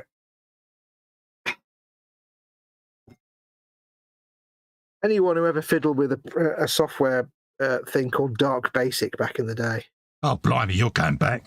Yeah, which was like learn how to program using visual point and click basic. Yeah. And it was crap. All the programs you come out, all the games you come out with are absolute garbage. But well, that's handy. It was of its time. Yeah, but Uncle Wiv was one of the things included in it. It was actually originally designed as an art piece for an art exhibition.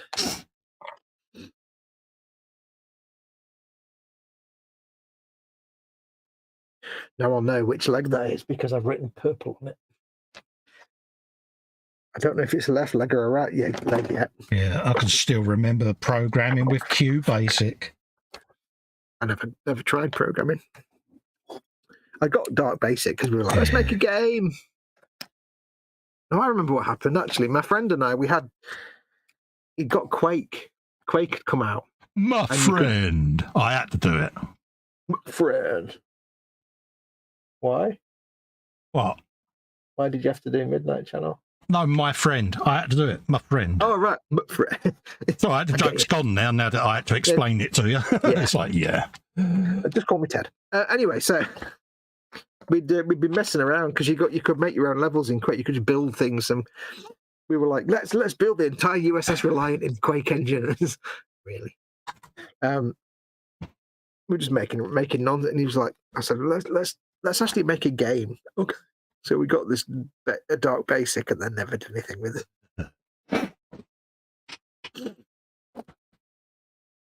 But we wanted to make some kind of shooter on the USS Reliant using the Quake engine, so it's all stone textures and stuff.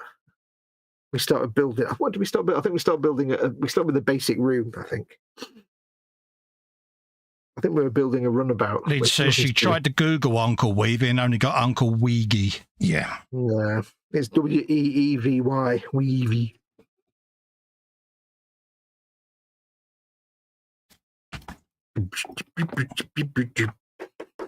If you look on my channel and do a search for Weevy, it'll be on there. You'll find it.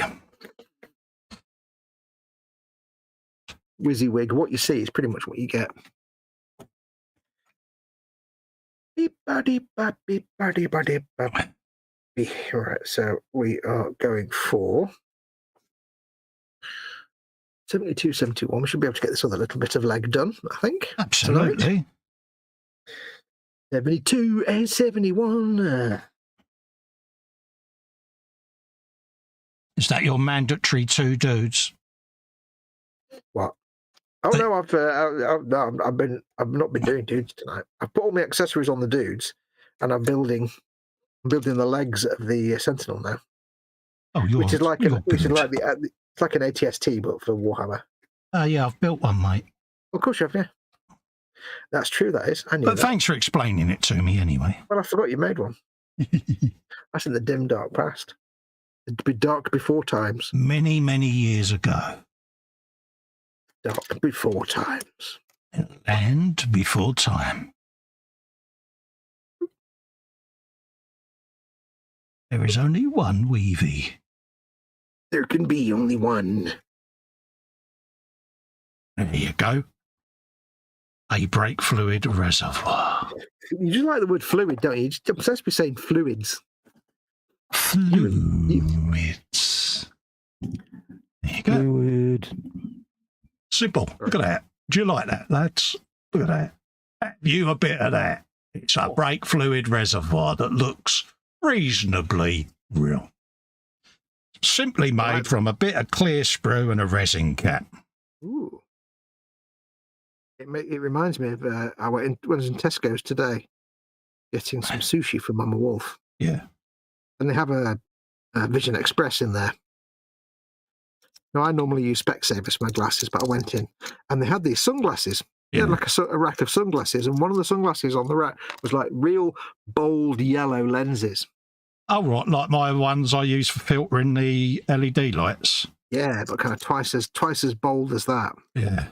And it reminded me that about 10, 12, about 15 years ago, I had 2 pairs of glasses like you do now, but one had yellow lenses and one had blue lenses. That's what we coloured lenses. Yeah. So they were normal everyday glasses, but they had these real yellow lenses. And I used to love wearing them because everything looked happy and sunny and bright. Yeah. Great if you're depressive. Oh, yeah. The blue glasses, not so much, the opposite effect. But I've never been able to find anybody that does that anymore. So I went in and I said, hey, can I get from you guys a pair of prescription lenses like normal glasses, but with that kind of tinting on them? Yeah. And he got his little colour swatch out and he went, no. Yeah. Yeah, my ones, I've got the flip-up ones. They're brilliant for when you're filming under fake light, and yeah. Godsend. All right. Because you do get light headache, don't you, if you're under unnatural light all day. Well, those yellow ones you've got, they are recommended for doing screen work anyway. Yeah. It's precisely that reason. But I've asked at Specsavers before. I said, in the past I've had really solid, really bold, bright yellow lenses from you, and I want that again on prescription. They're like, yeah, we can't now. I said, why not? I said, with regulations now, we can't do it. Absolutely. I'm like, but you do sunglasses, and with prescription sunglasses, no different. It's like, yeah, we can't. Oh, you guys are just balls, aren't you? Yeah. I want coloured lenses, but not namby-pamby hinted. I want yellow, like bright yellow, like the yellowest yellow you can imagine. I want to look weird.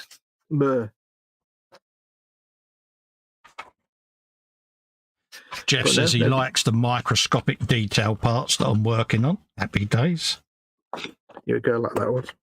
Yeah. Like microscopic. Moving on. See what he did there. I've got to tell you, by the way, Cole.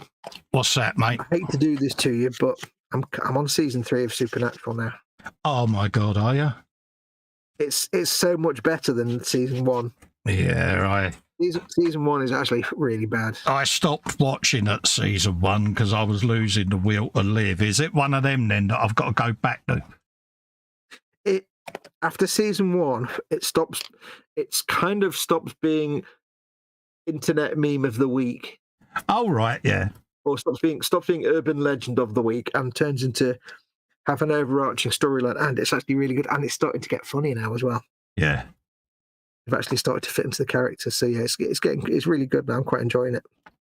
Bobbin says, "Tell us the secret. Tell us the secret. Tell us the secret." Ask Oprah; she'll tell you about the secret. Yeah, the secret. Yeah, it's. I very nearly did then.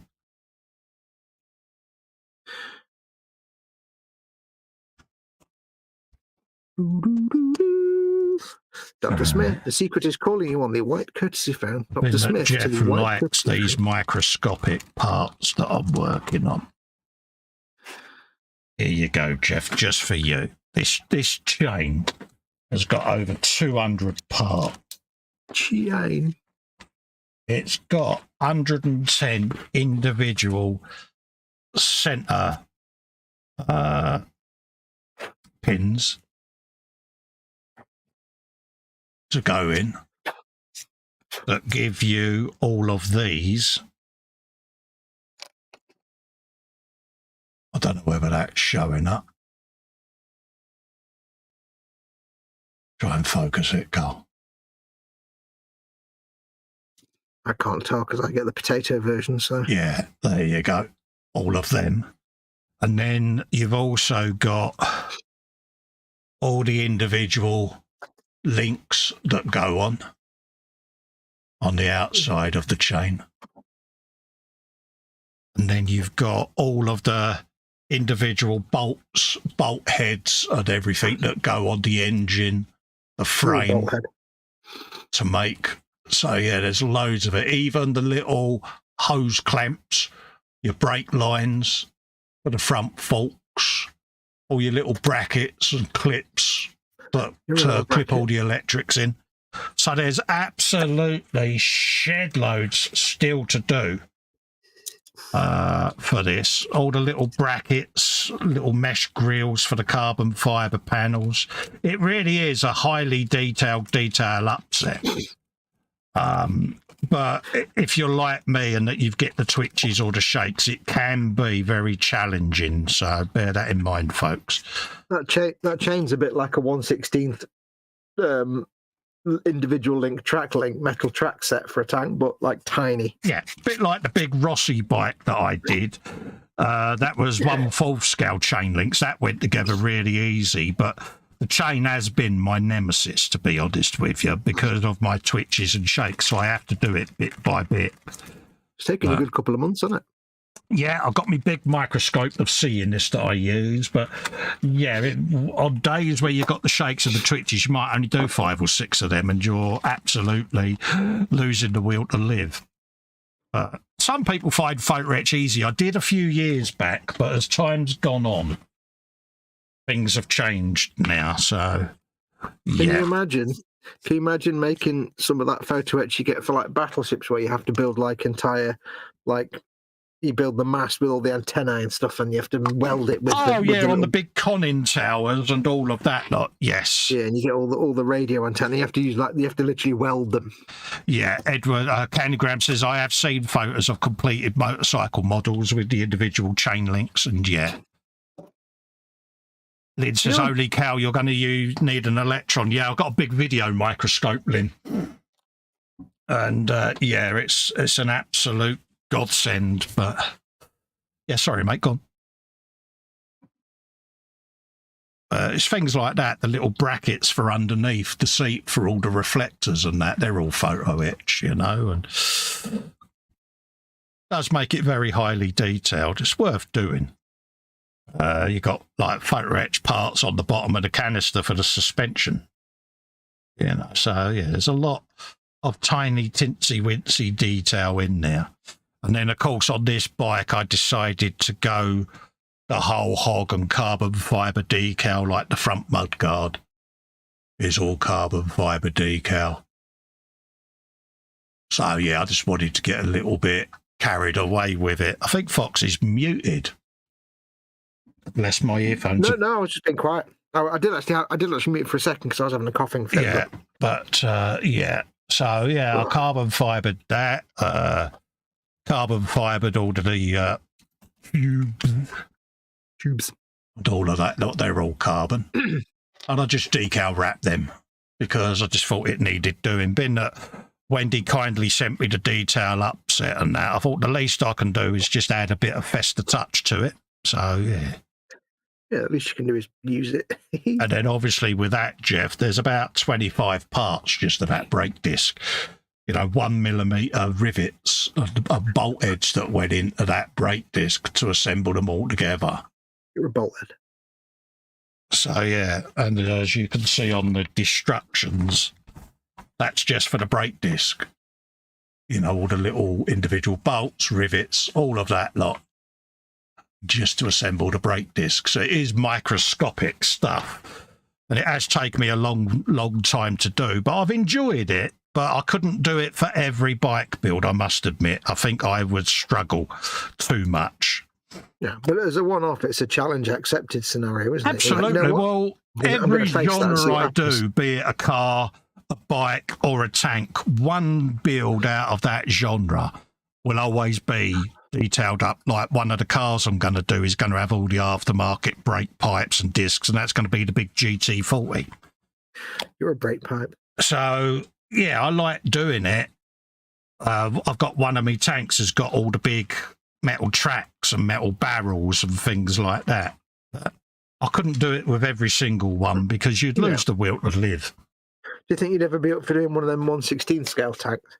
Yeah, I'd do one. Not that they're cheap or anything like, but you know. Yeah, I'd do one. If Pete is out there and wants me to do that big one for the E-Models build, I'll happily do it for him. See what I did. Abrams. Yeah. No, I would actually, yeah, I'd relish the opportunity to do something like that. He'd probably have you doing that. I mean, Ted did the 1/16. Yeah, so... Yeah, it's one of them, you know, if that's something people would like me to do, a big bit of armour like that for E-Models, I'll do it. Yeah, just ask James when you're up for doing another build and say, do you fancy me doing that big tank? And I'll be like, oh, yeah. Yeah, you know, so it's all content. If not Abrams, there's a Sherman and they've got other ones. Absolutely. So, yeah, it's one of them. I haven't done an armour build for them. I did the little ball tank, didn't I? But that was just a quick little build. But, no, I'll happily do it. Yeah, do it. There you go, folks. Look out for that one then. Yeah. I said Ted did one lad in the big Falcon, so they're not afraid of... No, that's it. At the end of the day, you showing how to build a big expensive kit means people will buy the big expensive kit. Yeah, no, I'm happy to do it. I just, it's like anything. I don't want them to think I'm taking a pee because you know what I'm like. I overthink, don't I? Let's be honest. At the end of the day, you send it back to them anyway, so it's not. Absolutely, it's not as if we keep it. So no, it's their kit. Yeah. We need to put that on there. So let's D68. I've got a really sniffly, dribbly nose at the minute. Don't worry about it, mate. You don't have to apologise, dude. Folks understand. It's gross. Edward says 1/16 is way better than 1/35. Yeah, if people think that that's something they'd like me to do for E-Models, I'll happily do it. I've got a bike build in the pipeline, a Dakar bike, but I can easily put that to one side and do a big tank. Dakar as in Orcs. Cool. I see what you did there. 1/9 scale Tamiya motorbike Orc conversion kit confirmed. Yeah. The Dakar bike, innit? Dakar. I am open to build anything. You know me, mate. We have got that one to do, so that should now be dry. So I don't want to lose. What time do you want to go to, Twinkle? How long have you got to build that thing, mate? I've done. I've just got to glue one bit on, mate, and then I can go wrap for as up. long as you want, but I'm obviously Just want to not lose my really tiny hyper-scaled stuff. I want to bag it and put it in with all of this, because otherwise I'll lose it, because, yeah. Bag it and tag it, yeah, that's so stick. Right, don't let them in there, so they're all fine. Yellow. Where's my pen? Let's whop that out of there. I shall chat on for a minute when I've done this. And then put that in there. There you go. I like how that came out. Mark these as purple and yellow because in the instructions it colour codes these as purple and yellow. I don't know which one's left and which one's right, so I might as well just do them as purple and yellow for now. Happy days. Excuse me. There you go. I've got park life in my head and it's your fault, you chump. Where are we up to in chat? Let me... There you go. Let's try not to drop that then. Do. Or you could build half a horse, says Bobbins. Jeff says he's been wanting to experiment using 3D printed molds or forms to lay out real carbon fiber parts. Again, one day, hopefully. Yeah. Yeah. You can practice. You can get carbon fiber filament, Jeff. And there's nothing wrong with practicing by starting with like fiberglass to start with. No, it's not the same, but it's still making something over a printed mold. Yeah. Good way to start. Or vacuum forming. Yeah. Well, you've got to build a vacuum forming machine. You can get them reasonably priced now, vacuum form machines, mate. They make around. Retro Rabbit Studio says, almost tipped over in my office chair when I dozed off, moving you all to the big telly and going to the sofa. Also, Jeff says, by the way, Helgen35 posted a new video recently. He did. Painting his Eddie painting for his mate. His sort of Aces High with extra bits. Yeah. TIE Fighters. Lindipple gets 100 internet points for genuinely saying holy cow. I used to use holy cow a lot in my comic strip because I think it's a brilliant phrase, but I've never seen anybody actually say it genuinely in conversation.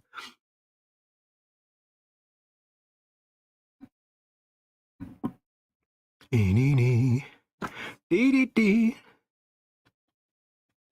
beep, beep, beep, beep, beep, beep. Is that one built? I can trim that once that's dried. Trim it like you mean it.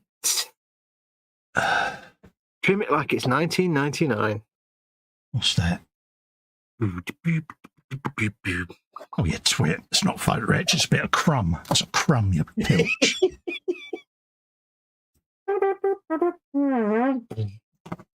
Let's put that down. Tonight, Festival will be making leftover bits of dinner into a diorama.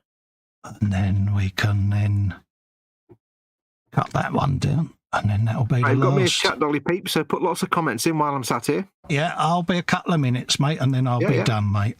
That's fine. That's why you've got my undivided attention, children. Ask me things. If you're in a tornado and say, we got your cow in trouble. Oh, we've got cow, you're in trouble. There you go. You got cow. Yeah, that was in the film Twister, wasn't it? Yeah. Well, I often joke and I say here, like, if someone says, is it windy where you're? I say, well, a cow's just gone past, followed by a pickup truck and a grain silo. So, yeah, it's pretty windy. That's the other little reservoir, the clutch reservoir. Done. I watched a video the other day, and it was some Ukrainian soldiers in a trench. Yeah. And it starts off with them, just the camera's looking at this soldier in this trench. Right, yeah. He slowly turns the camera around, and you can hear them all laughing, but really quietly. They're all just like absolutely wetting themselves, sniggering.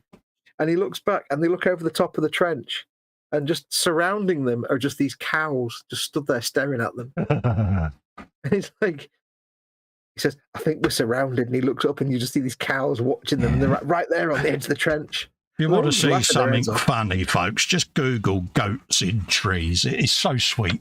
Oh, yeah, tree climbing goats. And the goat that runs up the side of the dam, it's like, yeah, that's serious bottle that goat's got. That's got some nads, mate, doing there. Don't forget the goat that when it's shocked, it gets paralyzed. It falls over. Just falls over. Yeah.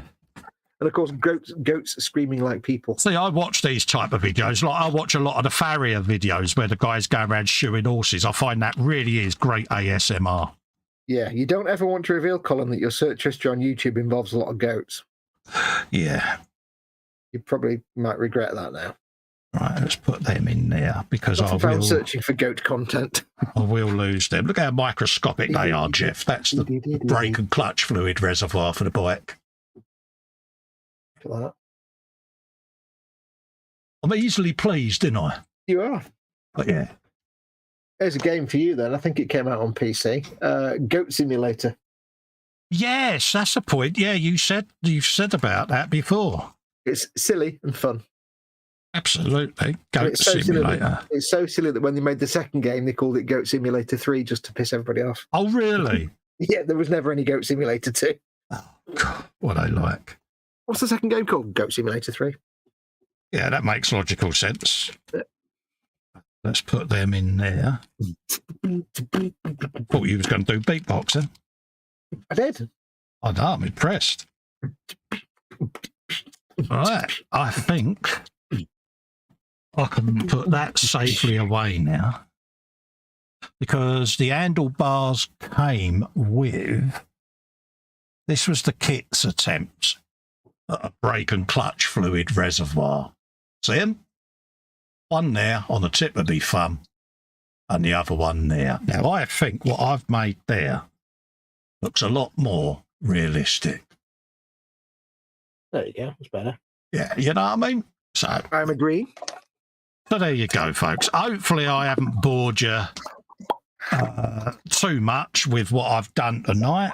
You know, it's probably not the most exciting thing you've seen me do at the bench, but this is the type of stuff I do in the background, folks. So, they don't actually watch us for what we do, though, Cole. They watch us to hang out with us. Doesn't matter what we do. You know, that's the type of stuff I do to a model in the background that perhaps folks wouldn't normally see.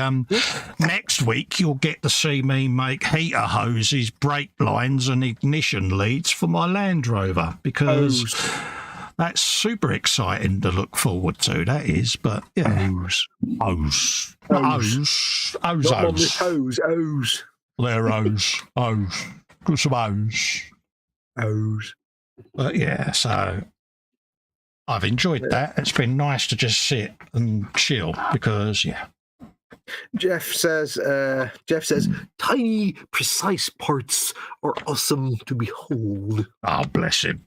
And also, I've got this week, I should be filming, doing this exhaust, bluing it, doing all the weld lines and all of that.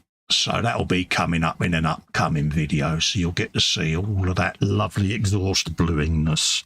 Bluing it and doing it? Yeah, so keep an eye out for that, folks. I suppose that's us two really at that point now, then, isn't it? Yes, if you're done for the night. Yeah, I do a couple of hour shows at the moment, folks, for the moment. So bear with me. I will return to our normal long shows at some point, but at the moment I just can't do it. No, it's just not feasible, is it? Yeah.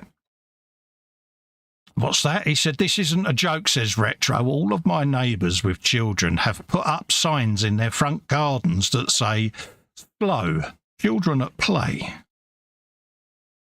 Oh. Well, I'm not seeing the comment. I think my comments have died. Yeah, it's underneath Lynn Dipples. Try the youth GP. He works at Cowzoos. Yeah. Do we reveal the secret, dude? Oh, I guess then Rabbit must have that must be on a road where traffic tends to go past quite quickly. That makes sense. Nice to hear that there are kids playing out on the street. Yeah. It's up to you, buddy. I don't know what to do, mate. I'm going to leave it 100% up to you. But you could do, maybe it will be a sneak peek for people who just happen to be watching now, I suppose, wouldn't it? Yeah, could be, couldn't it? Let's see whether we can, because it's. Is Jeff ready? Yeah, you might. Yeah, you might want to then. Yeah, I mean, people are going, "Oh, really? Is that it?" But the best thing is when they see what it is, they won't actually know what it is until you tell them. No, because it's been modified slightly. Because that's what I do. Like, whoa, what's that? Yeah, it's. Oh, yeah, that's that. Even if you show them the secret, they might not know what the secret is. Yeah, I'm just moving stuff out the way because obviously my bench is quite full. Yeah. So the big secret is I've very kindly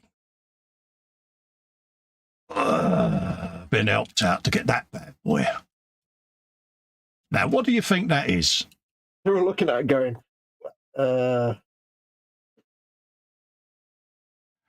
I know what it is. Yes, there you go. That, believe it or not, is Festa's heavily modded Xbox. Yes, folks, I've entered the realms of gaming. See, it's got its own little 3D printed lid.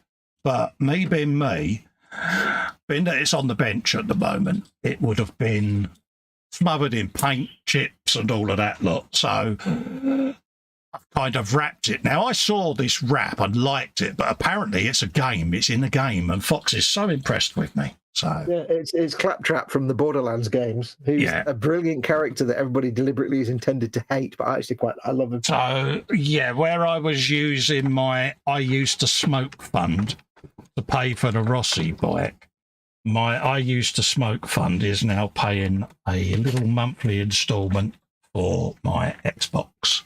Yep. And I've got battery chargers, but I've also got Pip's controller.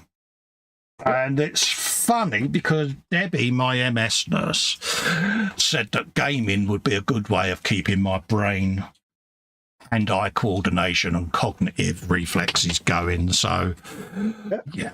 So, and to make it even better, he's also inherited my old Elite controller, which has got all the flappy paddles on the back. Yeah, so there will be, along with Grim Fandango, Jeff, there will be some content coming up, but it's a way of, how can I say, diversifying my channel when I can't physically build stuff, and it's a nice way for me to unwind and wind down after an hangout or a video build, and it keeps my brain talking to my hands.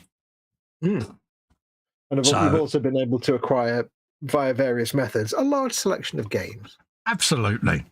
Yeah. So, it's probably disappointing that that's the only secret, but yeah, for me, it's dipping me toe into an area I've got no experience in, but, you know, I've sat here before and just sort of, I get, you know, the brain muscle memory and exercising me fingers and that, so...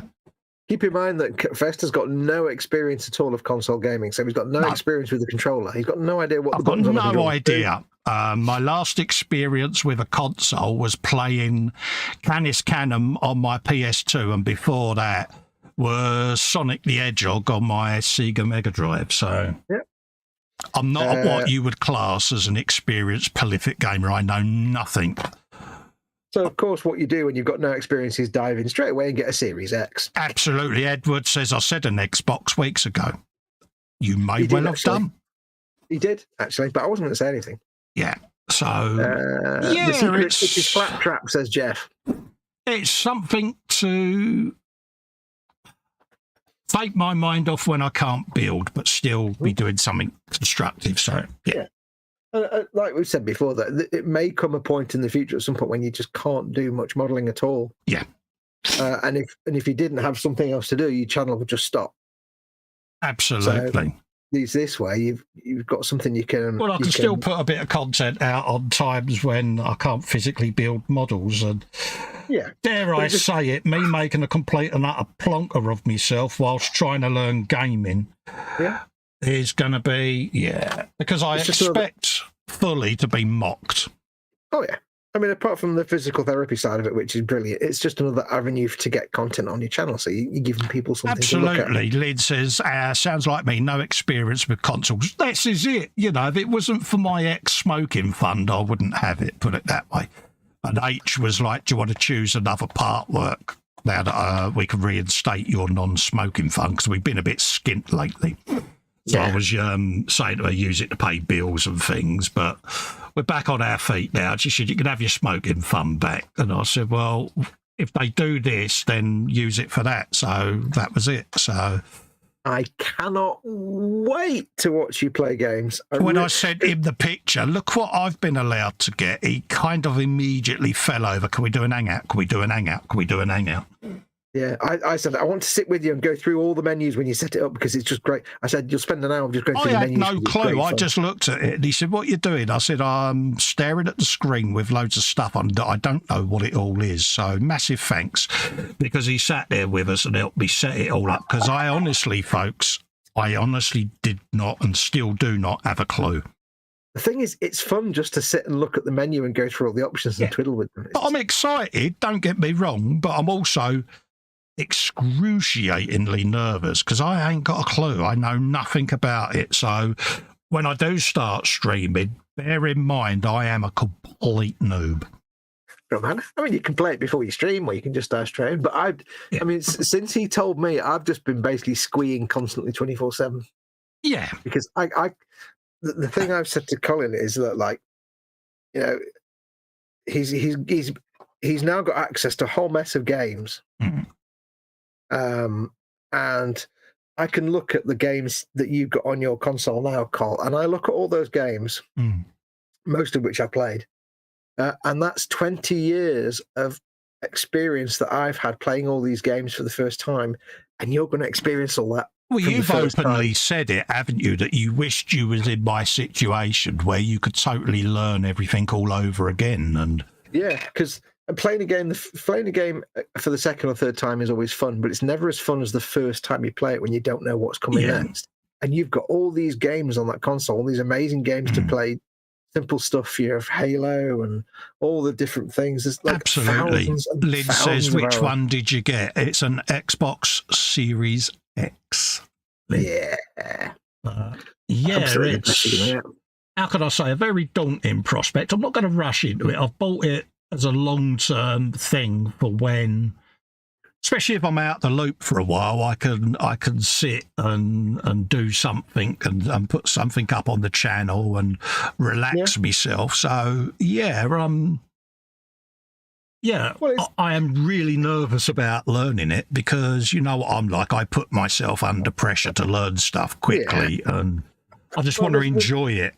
Yeah, there's no learning on this. It's just messing around. But that's the beauty of it. It's like, not only is it, if you can't do modeling, you've got something else you can do, but also if you can't do modeling, you've got something else you can do that if you want to, you can also stream. You know, my content isn't just going to be Xbox stuff, don't get me wrong, but it's on times where I can't, for one reason or another, build. At least I won't be stressing that there ain't something else that I can be doing. So, yeah. So that's the big secret, folks. It's a steep learning curve for me, and hopefully if there are others in the chat, like Lynn and myself, that are total noobs for this, you might find it funny, interesting, or whatever, just learning with us. I don't know. Edward says, make Fox stream with you and talk you through it now. You don't want me talking you through a game because I'll be like, press this, go there, do this. Oh, do this. Oh, I won't be able to shut up. I mean, honestly, he has been an absolute legend, but also like an excited child because he's like, you get to learn all these games for the first time and set characters up, and you get to do this, and mods. And I'm jealous because he's got like tens of thousands of hours of game on there that I can never experience again for the first time. Like the first time you play any game is the amazing thing because you take a game and it's all new. Well, I sent him a message, said, right, I've loaded this game, and I took a screenshot. I said, I've walked around for 10 minutes trying to scratch my head figuring out what to do. And he's like, oh, bless. He said, you are a total noob, aren't you? And I went, yeah. The thing that fascinates me is it's even simple things like sort of well-known gaming conventions. Like, you know, you're doing something and at some point on the screen it will tell you what to do in some way or form or other. They'll always give you a suggestion. Like, for example, if you're in a first-person game and you've got corridors, generally game development language is that there's a corridor with a light on Yeah. That's generally where you need to go, or say a flicking light that's lighter than the rest. And that's usually a psychological way of saying this is where you need to go. Well, at the time when I loaded up Portal, I didn't have my headphones, did I? So I had no way of hearing the console's audio. And I said, I'm walking around like a lemon here. What do I do? He said, you haven't got your headphones yet, have you? And I went, no. He said, yeah. He said, it kind of narrates to you what you need to do, mate. I went, that'll be exactly what you need to do. So, it's little things like that, but I think it's going to be a laugh. So I've got my Grim stream for Jeff that I want to do. I want to get some of that done and on there because I love the art in that, and it might just start getting my dexterity ready where I can then go full-blown, let's play some X games as well. So keep an eye out, folks. I mean, I can't deny it. I have been sort of gently egging him on for months. Yeah. But purely not on a mercenary level, but purely because, like we said before, for him, it's going to be an extra way of having something to do in therapy. And I've been, I mean, it came from a conversation where I first went into this relapse just before Christmas, didn't I? What am I going to do? I got dragged in and had to have a deep brain and spine scan and all of that lot, and got chatting with him. And Fox said, "Oh, how did you get on with your tests and that?" And I said, "Oh, Debbie was saying about gaming would be good for my cognitive hand-eye coordination and muscle memory." I said, "Is there any truth in that?" I just started asking him stuff, and he went, "Well, actually, yeah." He said, "I kind of get that." So I relayed to him exactly what they had said, and then obviously got more information off them and said, "What do you reckon?" And that was it. He was like, once he got his in a I've just leaked man fluids mode out the way, because he was very excited, wasn't you? Yeah, I mean, the thing is, there's absolute tons of research evidence that says that video gaming is a fantastic way to just work on things like hand-eye coordination in those with disabilities, and especially first-person games are really great for like visual acuity and for mental visual processing. So things like that, they just keep those parts of your mind. Yeah, it keeps your brain, your observation, your reflexes, all of that lot. And I didn't give it a fault, She was actually, that's a bloody good idea. Do you know anyone? And I went, oh, yeah, I know someone. I said, luckily my eldest boy is an Xbox nut or a console nut. And obviously we've got the excited guru there. I said, there's enough people that I can interact with it. She said, well, why don't you just grab one? Have you done it before? I went, no. But the beauty of it, of course, is that it also means that me and him can hang out and play games together as well. Yeah, so maybe at some point there'll be like a Festa and Fox play stream. Yeah, we might end up doing some co-op stuff and all of that lot. Me and you doing Borderlands, get in. Yeah, so it's like anything. I was having this chat with Panzer and Paul in the Zoom about once I've built my stash that I've currently got, I'm going to change how I build and film building. So it won't be high frequency of builds. I should do longer duration builds, but I shall do a lot of weather diorama stuff, tanks, be it cars that have been abandoned, that sort of thing.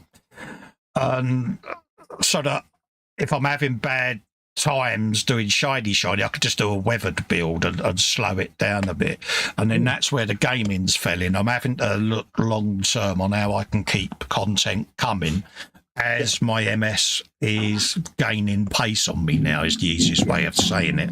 So I'm having to change a lot of what I do because of that. So there'll be times that's where this has all come from. There'll be times when you won't be able to muster up the fine motor control to do like detail painting or building. And this is it. I've done well to hide it, but I'm at the point now where I can't really conceal it. So I'm having to adapt things, and it's like the short shows at the moment. There is reasons behind it. So I'm having to adapt how I do things and plan long term, hence why the gaming's creeping in, other ways of building and filming and moving into larger scale stuff, says the bloke who's been doing microscopic photo etch. But the streaming side of it's more like a nice side effect, because ultimately, really, the whole point of it is not necessarily to start streaming games. It's really so that you've got something to do when you can't do modelling. Absolutely. You're not just sitting there monging out to crap TV. You can say, well, I'm going to play. Well, this is it, because you know what I'm like. I'm a chronic depressive, and when it's kicking my backside and I can't do the hobby I love, I get depressed and then I get agitated and then you just go rock bottom. So if you're sitting there saying, I can't do anything today, I can't even pick up a paintbrush, and it's like, well, I'll play some games. All I need to do is that. My good, better, and best has now got something that is, well, if my bum's been kicked, I'll just do a bit of gaming. So it might just mellow me down and stop me going into the abyss of depression. So anyway, I'm rambling and I don't mean to, but that's what it's about. There is a reason behind it. So yeah, it's different, mate. Jeff says he can't wait to see Festa's inevitable control improvements. Well, yeah, I've already started with that one just to make it look unique, but that's the one that comes with it, isn't it? That's the one that comes with it. And then I've got a Series X controller up there. It's a Series X controller. What's it called? Elite. That's it. It's the console that's a Series X. See, I don't even know the name of the bloody console. With your flappy paddles. Yeah. So, yeah, Lynn says she was told that it would help her hand-eye coordination also. Yeah, I mean, this is the problem I'm having at the moment, Lynn. My cognitive stuff is depleting as, you know, the sclerosis side of things is eating away at your nerves. That's what it does. But you get a lot of brain fog and you start losing your speed of thought, your train of thought, your dexterity. And I need to retrain or keep my brain trained because it's that philosophy. If you don't use it, you lose it. And I'm getting a lot of hand exercises that I have to do and Rubik's cubes. I've got fidget spinners to keep me muscles exercised. And so the thing is as well, there's lots of games where they have lots of accessibility controls for things like that, especially like Far Cry 6. Absolutely. And I wouldn't know that if it wasn't for Fox sitting there going, actually, this, and he bless him. I mean, I know we mock him and we muck about with him, but he has done me a really good extensive list of start with this, learn that will get your controller experience up. This is good for your hand-eye coordinate. This one will be good for your cognitive memory to get you thinking. And bless him, he's gone through a huge list of games and helped me out massively with that support, because to me, I'm going in blind, but you know, he said if you're laid up or you're struggling with this particular moto exercise, this game would be great for that because there's a lot of, you know, navigating around. So it's brilliant advice because I don't know that, whereas obviously Fox does because he's played for years.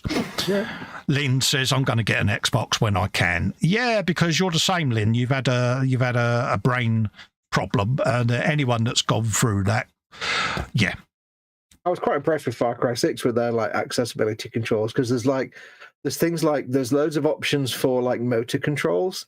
They've got loads of options for people with cognitive issues. So, for example, some of the things the game does, you can just turn them off to make it easier for people. There's like so many. The Bobbins come out with one that sparked my interest because I watch a lot of video on this subject.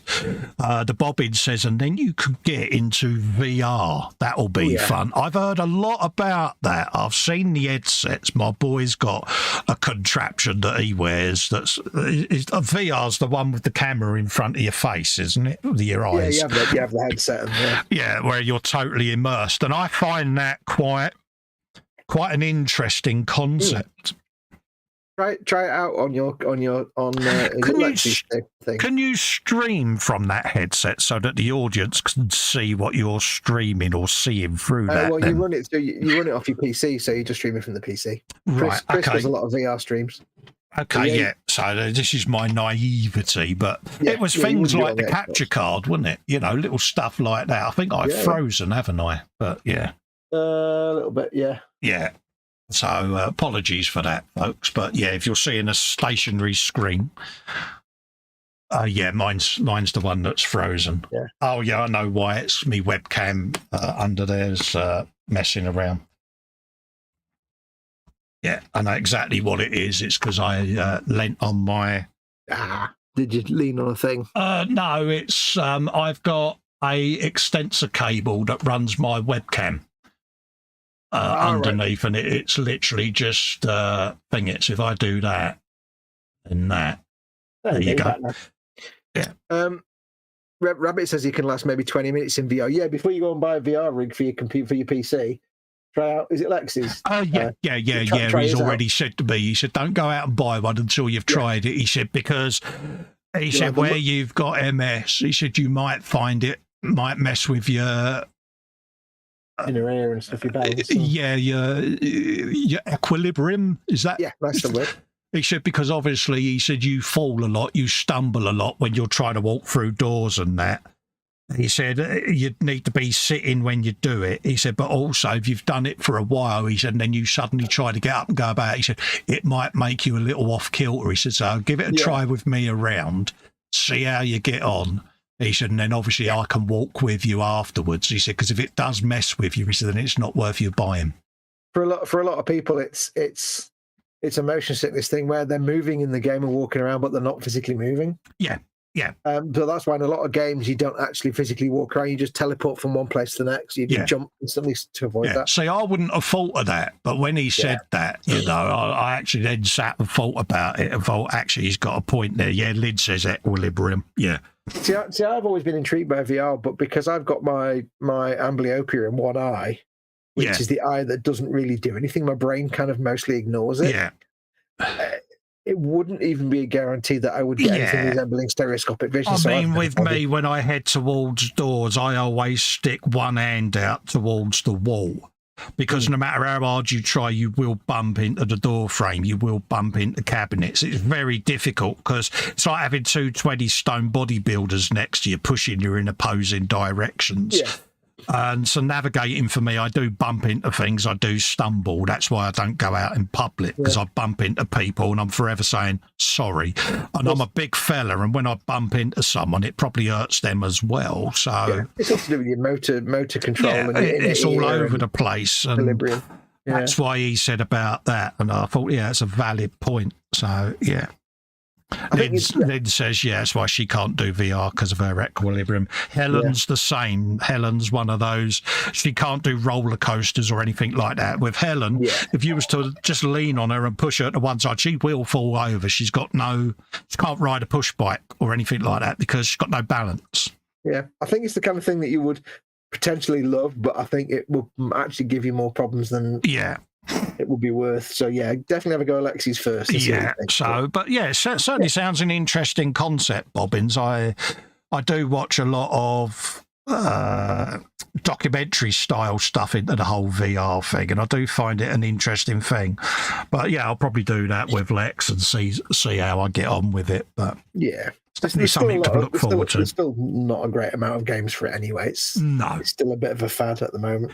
But I get to do something you've been yearning to do, which is start from scratch. And God, I'd love to be able to go back, forget everything I know about every game I've ever played, and start again. I mean, I'm excited about it. I'm nervously apprehensive. That's the best way of describing it.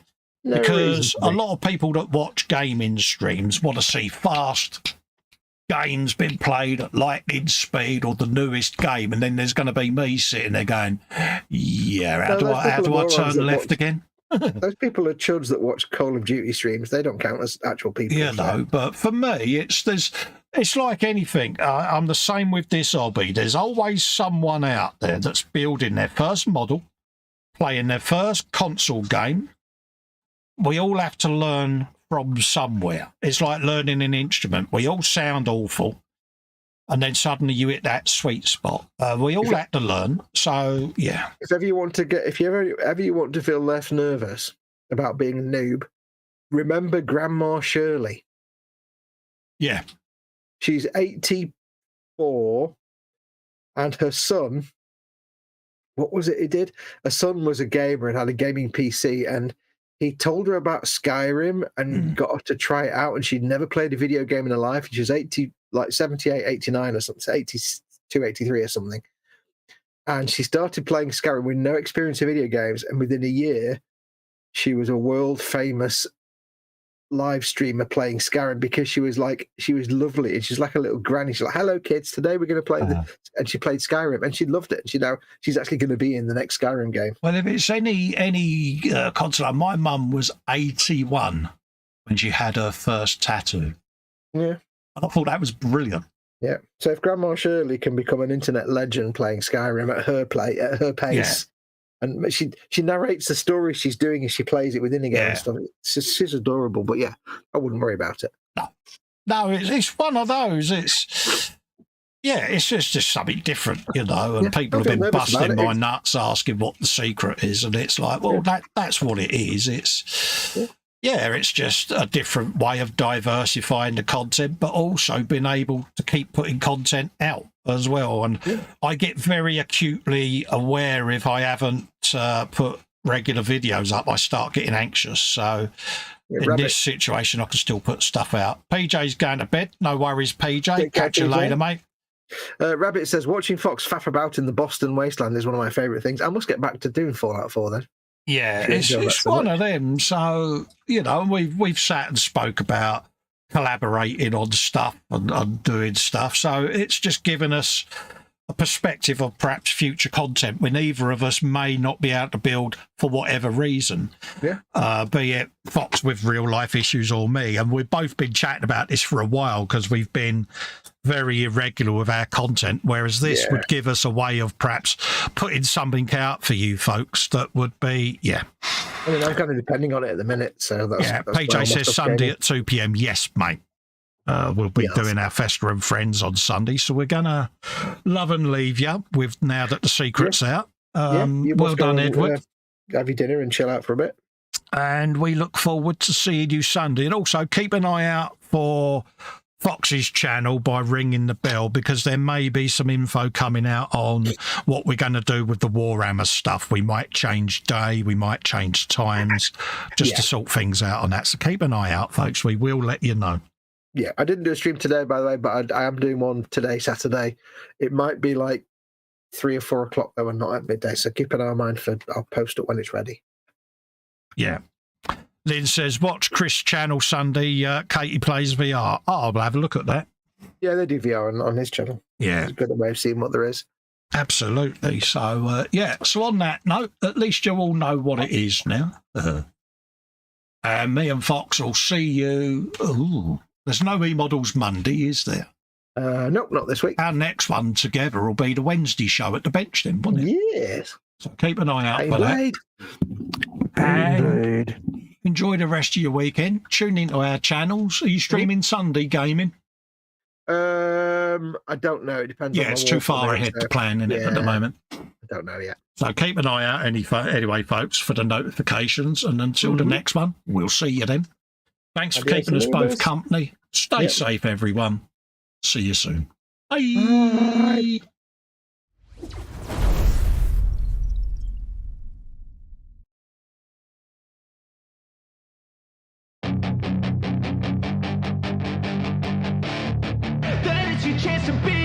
Hey kid, don't ever let them get inside your head. They'll tell you what to do in life instead of everything you know that you could get.